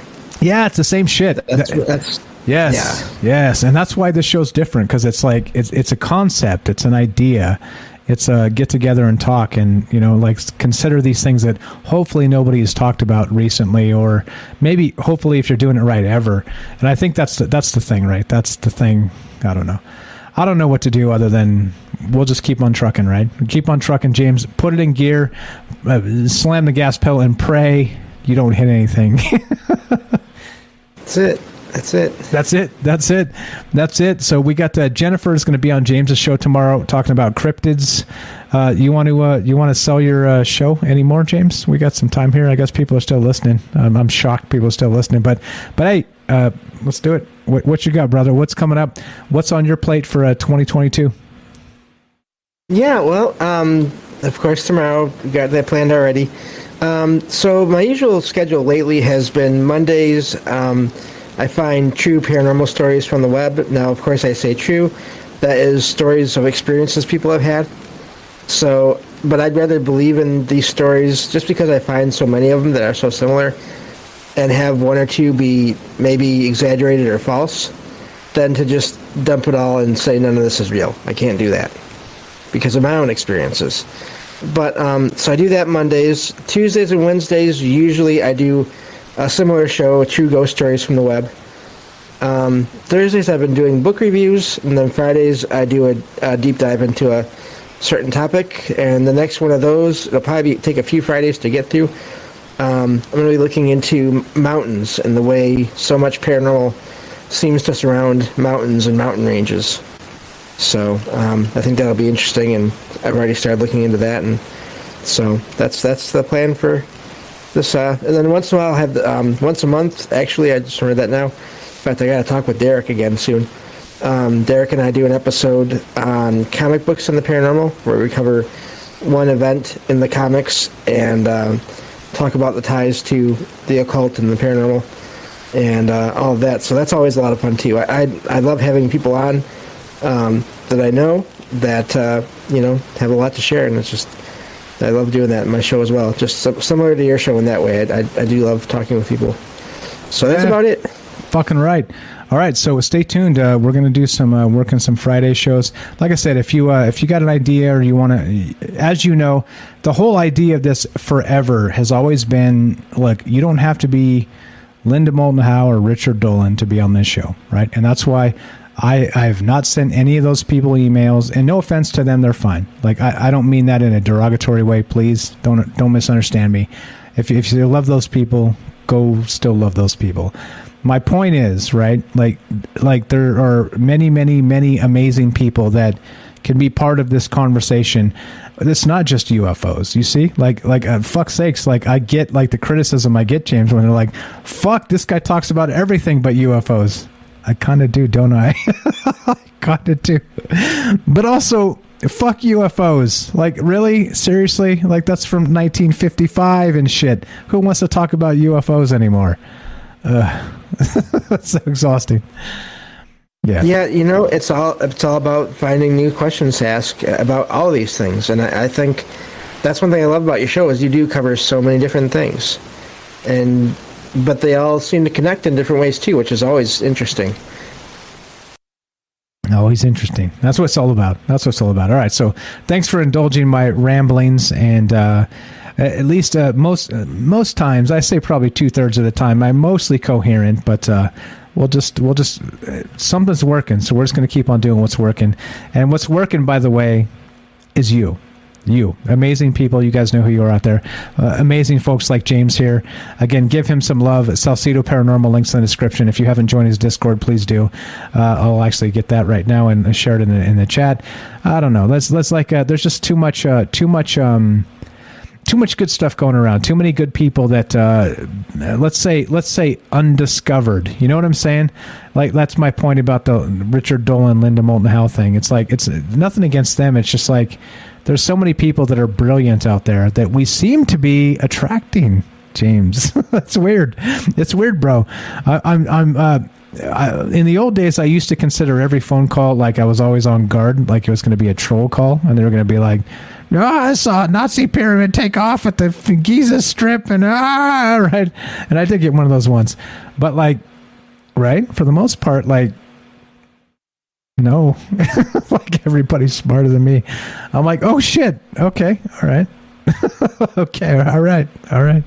Wow. Okay. And that's why I kept listening after the first show, because caller after caller, and the next night caller after caller, and just kept on going. And then eventually you came, and I forget what show it was now, but you covered a topic that I kind of felt like I could talk about a little bit, so I called in, and now I call, I think a few nights a week at least, usually. So. Yeah. I love it. Almost every damn show, James. Almost every damn show. You're starting to freak me out. No. So wait, so I talk too much too. Damn it. Yeah. Duh. It's okay. We're in the same boat. It's totally good. You always know you're welcome. I dropped James's Discord in the chat. Please join that. If you haven't joined our Discord at Trouble Minds, troubleminds.org, click the Discord link. They're starting to censor stuff, so pretty please also, by the way, do not please start hedging the things you share on Discord, because, well, it's turning into the rest of the technocratic assholes. And the problem is, of course, because we can't. This is why we can't have nice things, because you get people like that are so detached from the propaganda cycle that they think that a ton of this shit is real, and they start saying things like "trust the plan." You know what I mean? That's why we can't have nice things. So anyway, please come join the Discord. Come meet amazing people like my good friend James here, and check out his podcast. Join his Discord as well, etc. So on. I don't know, bro. What do we do? What the hell? Like I said, if you guys know, you're always invited on the show. If you're out there listening and you want to be a part of the show, and like I said, please, I want to make sure too. If you're on the show and you're like, hey, I got an idea for a show, please don't feel obligated for 3 hours, because I don't myself. Like I said, if I'm exhausted, it's 2.5 hours and nobody's calling me, I'll shut this shit down and go watch TV. So I haven't done it yet, because like every time I threaten, you guys just call. So you see how this works, right? I'm like, oh, don't make me go nuclear option. But I'm just saying, like, don't feel obligated. I understand 3 hours is a long fucking haul, and yeah. So just to let you know, if you're like, I got an idea, I want to be on for like an hour, totally. You know what I mean? Just know that I'm flexible, and you don't have to have UFO blog credentials or be Richard Dolan or Linda Moulton Howe. You just be you and want to talk about some amazing things. So just to let you know. James can vouch for that. Let's get the fuck out of here, James. You got some amazing shit for us to talk about on the outro here? I just say always question and always be learning. Always try to learn new things, because I think that's and then But make sure while you're doing that you're kind to others, kind to everyone, because you never know what others are going through. There you go. I love it. You never know what others are going through, so let's chill. Let's be chill. Let's be okay. It's okay to not be right today, but to correct ourselves and be right tomorrow. Don't forget. Don't listen to the person who has the answers. Listen to the person who has the questions. Quote from Albert Einstein. Oh boy. Came across that on accident. I got one more thing I got to add to this as we're doing the outros. This is from Joseph Campbell, and I think it fits to this show. Where was it? So many great things Joseph Campbell said. There we go. You are more than you think you are. There are dimensions of your being and a potential for realization and consciousness that are not included in your concept of yourself. Your life is much deeper and broader than you conceive it to be here. What you are living is but a fractional inkling of what is really within you, what gives you life, breadth, and depth. And there you go. Tons and tons of Joseph Campbell quotes that were blowing my mind. And as part of this discussion tonight, and sort of that idea of the cyclical mythologies and why these stories resurface, and maybe when they do, blowing my mind. All right, so let's get the hell out of here. Please follow James Salcedo Paranormal, link in the description, and 200,000 and more. 200,000, I can't even fucking believe it. That's such an incredibly big number. And thank you again. I don't know what else to say. I don't know what to say other than what happens when you shut down the guy with the biggest mouth in show business. I don't even know. I don't know what to say, James. Help. I think you said all you need to say. There you go. Except for the very end. Except for the very end, which, by the way, is now an inside situation. So it goes a little something like this. Monday, Tuesday, Wednesday, Thursday,